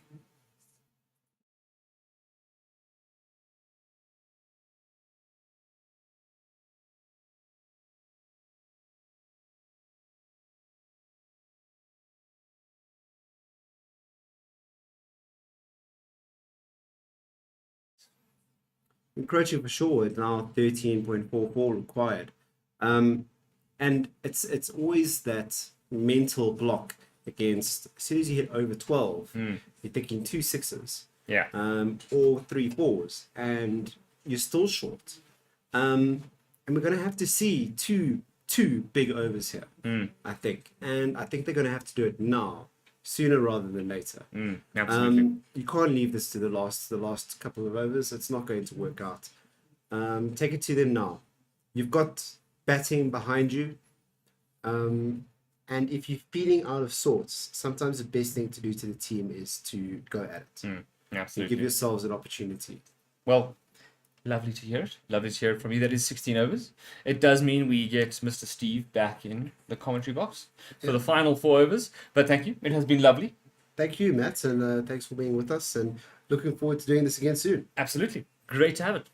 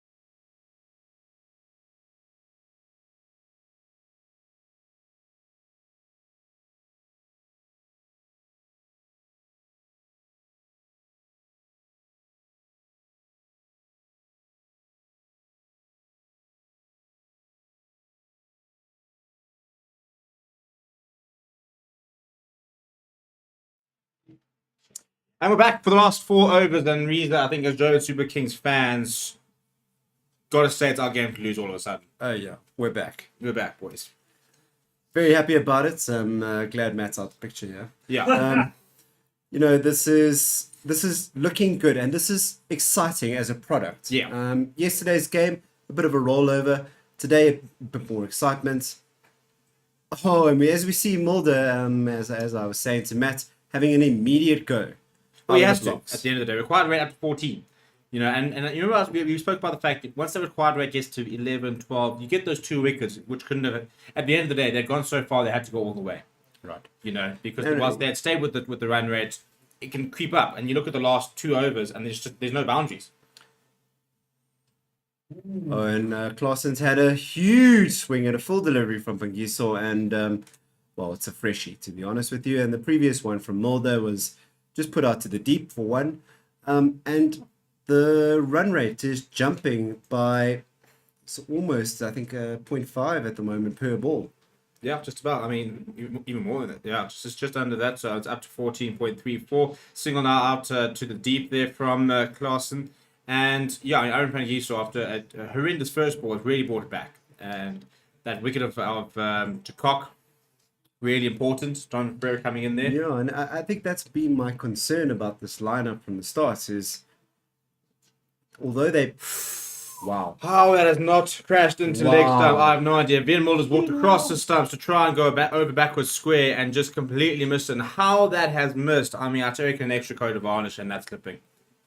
yeah, look, Mulder's definitely buying a lottery ticket. And for the first time in the game, Joburg Super Giants are actually behind where Joburg Super Kings were at a time. And, well, a bit of fortune there for Klaassen. Inside edge, just Inside for one. edge. Oh, it's a terrible throw though, but no punishment for it. Tell me, so this Durban side, Yeah. my concern was if you bat deep, but you don't have specialists, and this is the converse to the traditional lineup that Joburg had. Once your specialist is gone, you're hoping that these all-rounders can push. Well, speaking of all-rounders, Van Mulder's gone down the ground. Has he got all of it? He has got all of it. Well, that's needed. And Eating my word once again. But I love it. But it's the beauty of this game is you are hoping that they come off for these sorts of things. Look, Classy is 13 off 16 balls. So while he's hit a 6 there, possibly a little bit too little too late. And it looks like our cameraman darts in the deep there. It's going straight. Caught 1, 2. I mean, Doing his job. I tell you that you hats off to the Supersport cameraman because that was gone straight at him and he's followed it all the way.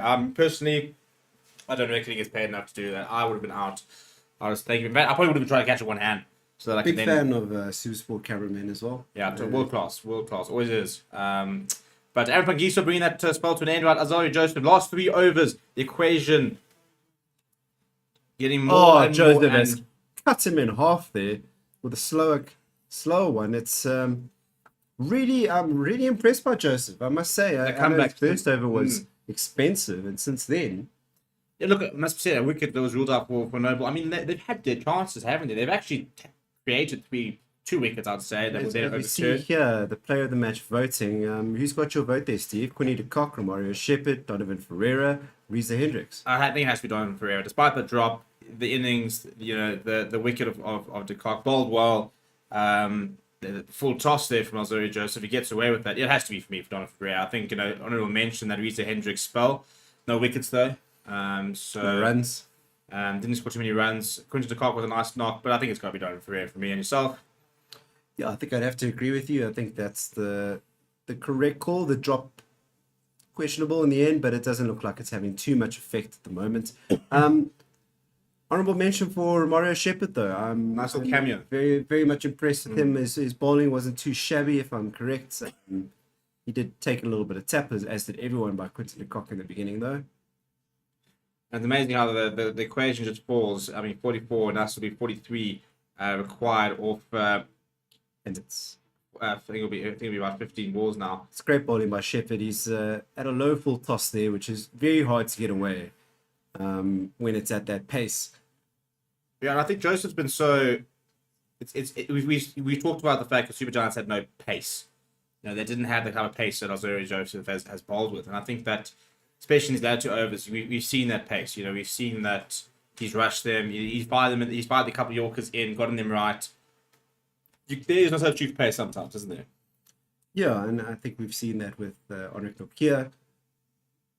Oh, okay, and that's a cutter there by Joseph, which is completely mistimed by Mulder. But again, cutter is so much more effective because of the pace. When you've got the capacity to roll 150, when you can then slow it down to a 125, for example, Right. proper change in pace. As opposed to bowling your stock delivery in the early 130s and then bowling your slow ball at in the 120s or whatever. I think that dramatic change in pace can be so put into a batsman. And it must be said, these last two balls are going to have to be said. The equation is 42 from 14. He goes to high class and gets to low. Okay. He will it go all the way? It'll be a one bounce good ball. ball. It's very well played for Klaasen. You preempted it early, went across the stumps, looking for that scoop over the top. He does pull it off, finds the boundary. It's not really enough, to be honest. We almost need to be seen disappear, but another boundary here.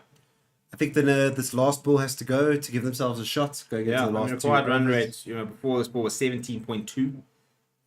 Even if this disappears, that'll be short of that in theory. 2 overs to go though. You got to think that Alzarri Joseph probably bowls the last. The question is, who do you bowl the penultimate over? You've got Garton's bowl just 1 over. Shepherd bowl just 1 over. Supporters bowl just 1 over. Who would you be giving the penultimate over to? Joseph the last, and Hunter goes down. Is it long enough? No, he it's stripped not. it out. He's out. But he takes the catch, and that's, you got to think that's probably game over, to be honest.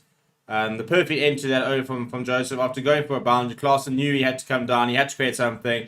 He just hasn't gotten hold of it at all, and he's just holed out straight to have to see. Look, let's be honest. Klaasen has not looked comfortable this innings. No. He's played one very good little scoop shot there, but it's unfortunate. You almost want to say, and we know what he's capable of. Unfortunately, it wasn't his day. Maybe perhaps should have gone a little harder, a little earlier. As you said, if you were not feeling it, make space for someone else. Yeah, and I mean, interesting. For example, Dwayne Pretorius will walk out now. Wonder whether we wouldn't have been worth sending him earlier. In fact, no, he's still sitting there. It'll be interesting to see who they've sent out then. Jason Holder has been sent out. Interesting. And you've got to feel for, like, in situations like Matthew Breska, for example, picked as an out-and-out batsman and just not used. Got to burn a bit. Yeah, very much not a power hitter. But that must be tough as a batsman who just, you don't get sent out at all. You've gone there, you fielded, and they're just sending out all the all-rounders ahead of you. Yeah, look, and Jason Holder doesn't have an exemplary record either. And I think if we were to have a comparison of his and Dwayne Pretorius' stats, I think you would find that Dwayne Pretorius probably has a much better average than Holder's, frankly, quite dismal 15. Yeah, and then the Super Kings ownership there looking quite settled. It looks like Mr. John Leaf right there on the left-hand side, the CEO of Lions Cricket. And a personal friend of Steve's. Right, 2 overs left. Supporter gets an opportunity, which is an interesting one. He went for 22. I do think with 2 new batsmen, I think that hopefully he should be substantially better. But interesting decision to go to Supporter. And isn't this just experience? Someone who's been there, done that. Pace off, for example, which has been the order of the day, really. The way you bowled earlier is You wouldn't have gone there. interesting, to say the least. So the question is, very quickly, 38 runs and 12 balls. What do they need this over to get themselves a chance?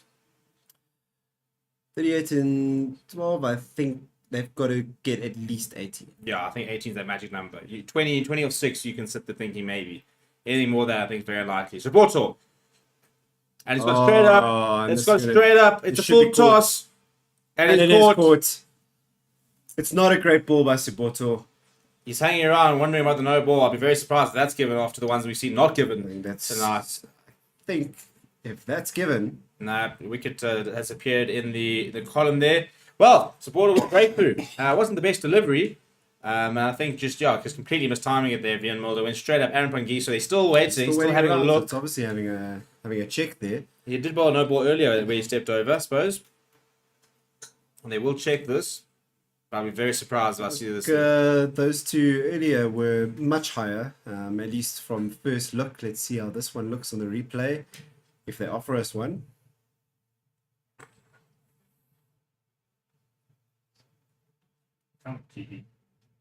Yeah, confirmation that the decision stands. Ben Mulder will have to go.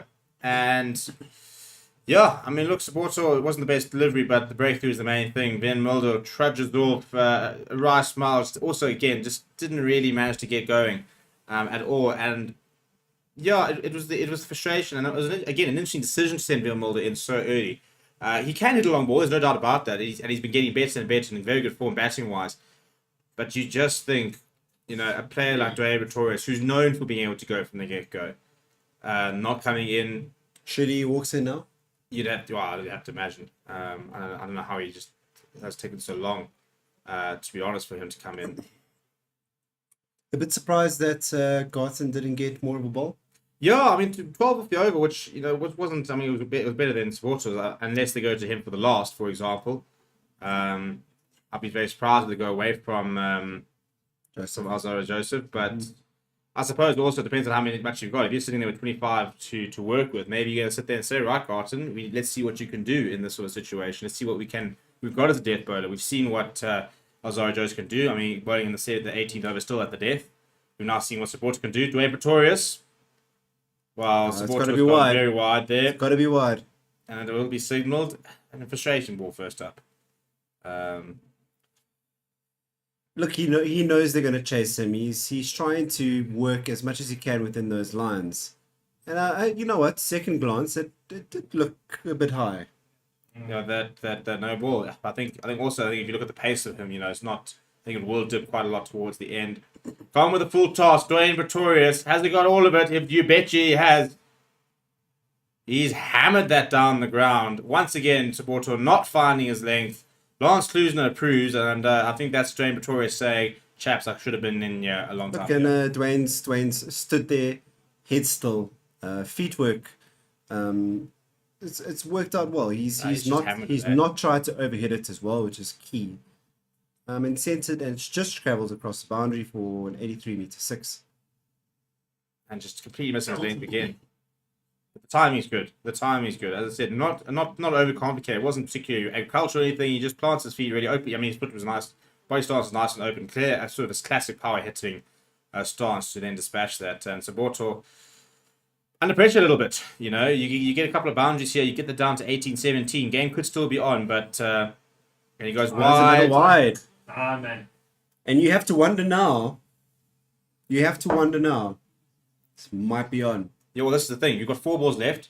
Pretorius is sitting on 6 off 1. Can't be bowling extras. You bowl. You find you clear the boundary another 2 times, and the equation goes down to 18 off 6. And Siboto is certainly not bowling like the experienced man that he is. No, he's very much keeping them in the game. And once again, Dwayne Pretorius has launched it. It's even bigger. That one he has had a go at. Well, supporters doing everything they can to give them a chance. It's 14 off the first 3 balls. Siboto's got a wicket off a dodgy delivery off the first one. Quite lucky to have got it in the first place. Wide 6. And I'm once again asking, why is he coming so late? He's got this ability to go for the ball. I do know that Dwayne, we'll never get an answer to that question. I am concerned more about the choice of bowling. No, 100%. 100%. I think that they could have gone Garton and Joseph to finish us off. Siboto has never looked like he's been in this game. Right, 3 balls remaining. These 3 balls will find the boundary, and all of a sudden, what was a very unlikely equation could. I mean, you find 3 boundaries here, 24 of 9, can very easily become 12 of 6, which then you're betting on the batting side. And you can bet yourself that Lance Klusner, if he was in this situation, would back himself to get the score. As we see, much got lucky there. It's a bit it's wide. A bit short, but I think the change of pace doing enough, digging it into the surface. I think Pretorius is expecting that a bit fuller, to be honest. 23 of 8, 2 dot balls here would be a good over. 2 boundaries would be a disaster. 2 boundaries is an absolute disaster for Joburg. Oh, what a shot earlier. This is the game right here. Yeah. In this over. And against Jason Holder. So he holders, and also, I mean, the nice result about this, Wem Torres on the other end. So Holder, this is about Holder trying to give him something, isn't it? Holder goes and finds the boundary twice, or even just 1-6 and the single or whatever, even putting himself back on strike. These last 2 balls are about giving yourself the best chance. They always say a chase comes down to the 19th over. You know, he's gone wide. It's another wide. He's gone wide. He's gone wide. To be fair, with Jason Holder's reach, he probably could have got there. Yeah, he could have got there. It's well wide. It's actually not even close. It's age group bowling. To be very honest with you. I'll tell you who's smiling right now. Nandre Berger, Gerald Coetzee, Lizard Williams, watching this thinking, supporters not playing next game, I'm going to get a shot here. Because he's been given a chance early on here, and he's just not taking it. Right, 22 of 8. And Holder hammers it down the ground just for a single. But because of the wides with 3 runs, again, we spoke about the magical 18 number, getting that to 20. They're a single away from that. They're a boundary away from less than that. 1 ball to come. Yeah, I think Holder will be disappointed with the outcome there, though. It is a single. He has got Pretorius back on strike, but it wasn't a particularly good ball. Yeah, and as Pretorius, you obviously want to go try and clear the boundary, but there's a certain amount of you wants to be on the other end. You're backing yourself as a finisher. Holder's only hit, seen 1 ball, but I don't think it's a bad result actually here for Durban Super Giants. I think a single at the dot is the only bad result. I think a single which puts Pretorius back on strike is not a bad result. A boundary which gives Holder less to work with. But you look at this over, and I mean, wicket wide, 6 wide, 6 1 wide 1. It's not good enough at this level. Last up, Saboto. Oh, we spoke about the only bad case scenario, and he has managed to pull it off. A dot to finish the over, 130 kilometers an hour. That went very slow from Saboto. 21 off 6 will be the equation. Right. possible. Very exciting. I think actually anything off the bat there would have done nicely. Yeah. And Siboto again. Look at those figures. 39 for 1 after 2. Yeah, it's not. It's really not good enough for at this level. And that was 17 from that over, which means he had gone for 22 for the first. And you have to wonder. I'm sure if you're Garten, you're sitting there going, it's 10 runs more than I gave away. His economy was 21.27. Yeah, against the Quinny de Kock. First up, Garten hard done by. Right, Alzawi Joseph, West Indian versus West Indian. I have to say, I think purely based on the way that Joseph has been bowling, the fact that Holder is on strike and he's only facing his... Well, Joseph's economy is 9, so he can afford to go for double that and still be okay. Joseph starts up brilliantly. Absolutely brilliant. Look at the stone cold look from Alzawi Joseph. He's disguised the slow ball and it's gone straight through. And there's certainly no friendship there between the two West Indians. No love lost. Yeah, just completely rolls his fingers over the ball, completely deceives Jason Holder. Brilliant ball first up. The question is, this is an over variations, isn't it? I don't think we'll see too many start deliveries here. When does he go for the Yorker? Good take there as well by Ferreira. I actually wonder why, diving forward like that, why they didn't call for the single by. Yeah. Perhaps give it a shot. You've got nothing to lose. Right, so there it is. There's the Yorker, and he's fired it in perfectly. Holder has managed to get a strike. 20 or 4 will be the equation. This is a world-class start from Joseph. You must say this is beyond them now. This is 4-4s. No, it's not. It's got to disappear at the end of the day. Brilliant. I mean, it's a perfect Yorker. That would have crashed into the base of middle stump. Just about 2-3 inches above that. Joseph now to Dwayne Pretorius. And unless this disappears, Super King should be able to get over the line, yeah. Now a bit of a couple of fielding change there for Fatu Basile, always tweaking.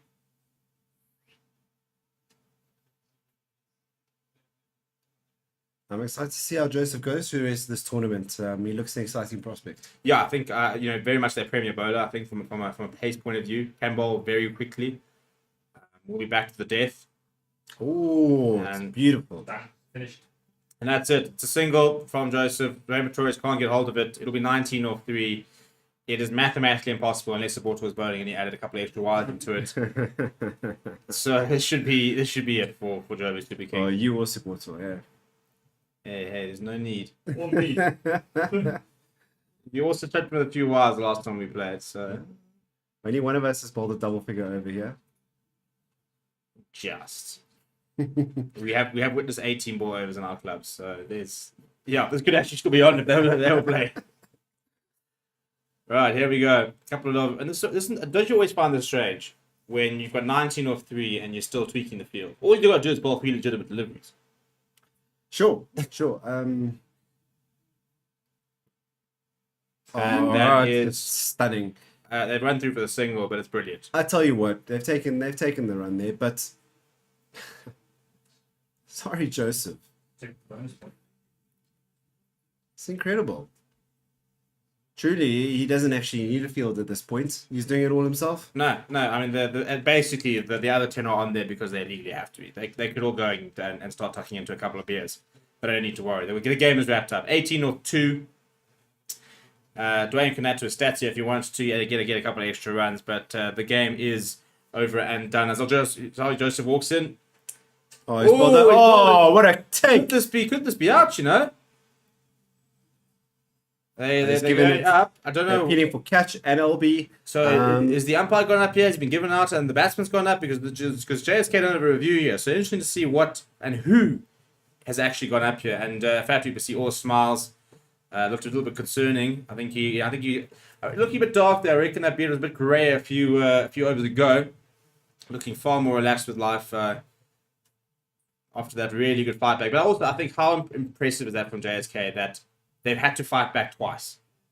You know, they were out of it in the early stages of their innings and managed to rebuild and get themselves ahead of the game. They then found themselves almost behind the game once again. That fight back, and teams that can fight like this have got to be. You got to have a fancy them to be able to go quite far. Yeah, certainly. As we see here. Oh, is it? I don't know what it hits. If it hits anything, then it could very well be out here. It's hit something, certainly, but So the question is, does it hit bat on the ground at the same time? If it's pad, it's gone. It must be gone. well, either way, it's gone. It looks Yeah, like the Pat. bounce. It looks like I mean, it's a Pat. phenomenal take from Carl Ray. I think this has gone either way. Eh? It's gone either way. Yeah. I mean, your bounce is before the bat, so we're either looking. I mean, think it's pad. it could be bad pad to be honest. Could be bad, Um, Pat. Either way, it's gone. I mean, it's a brilliant over. My opinion, give him out and move on. Yeah, just say out. He's like, what? How? Just be like, we don't know, but you're out. Joseph. It's all Joseph. That's what it is. There's a couple of spikes before. Yeah, it's Pat. Yeah, Okay, pad. now So go through the arduous process. Now we're gonna checking have the to- LBW. yeah, even though we can see leg stump there, so I think quite confidently this should be all right. Yeah. Over. Yeah, crashing into leg stump. He gets his wicket as well. Sorry, Joseph. This has been an absolute pearl of an over. Dot, single, dot, wicket. World class. Can't ask for more than that. No. You know. And he looks a competent player. Yeah, and I think he's a player that you know. I think there are certain players who have to be playing well and in good nick, and they just keep playing well. I think he is one of those players. You know, he's getting on in years. You know, in terms of getting into his peak of his power. 26 years old, still very young, but he's been. I mean, Azura Joseph's been playing since he was about 19, 20, so he's been around the block. Shame once again. Matthew Breska not getting an opportunity. They've sent Kimo Paul out. I would also, Interesting. to be fair. Really? Well, as a batsman, you've got one ball to Sure. face. I would say, no, stuff you. Sure. You didn't back me earlier. I'm not going out there to face in the last ball where nothing can happen. I actually think Paul's actually scheduled to go in at 11. And tell you what, these first two games, as we watch the last ball here, Yeah, it gets bad on it. it's a length ball. It's heaved away there to square leg for one, and Joburg has won this. I believe it's 17 runs. Yep, 17 runs, and got a little bit close at one stage, but yeah, Jonathan Ferreira take a bow. I think at the end of the day, you know, we saw Dale Brevis effort yesterday. this match was all Donovan Ferreira. From rebuilding that innings to that very important wicket of Quinton de Kock, he has been a different gravy. So Donovan Ferreira, Quinton de Kock, Shepherd, Joseph, all really for me the standout performers today. I think Quinton de Kock will be very disappointed to have gone out that way and to also have got his team into that position and resulted in a loss. But a fantastic game. I think a lot of positives to draw there for Durban. I don't think they were too far off the mark. No. I think a nice innings by Carl Mayers, for example. Yep. I think an underrated maybe innings for Fab 2% at 39-33 doesn't read like it's phenomenal, but I think the knocker needed at the time to be able to calm things down, to be the foil at Donovan Ferreira, to sit there and happily rotate the strike, let him be the aggressor. It's an overall very good performance. I mean, from the top order collapse, then Gilchrist's not starting well in both innings, but to be able to come back and fight like that, yeah, I think is very impressive. Mention to the production here. It's been good to watch. I can see that the crowd seems to have enjoyed themselves. There seems to be a number of entertainments. The staff all around also seem to be well catered for and happy faces all around in that stadium.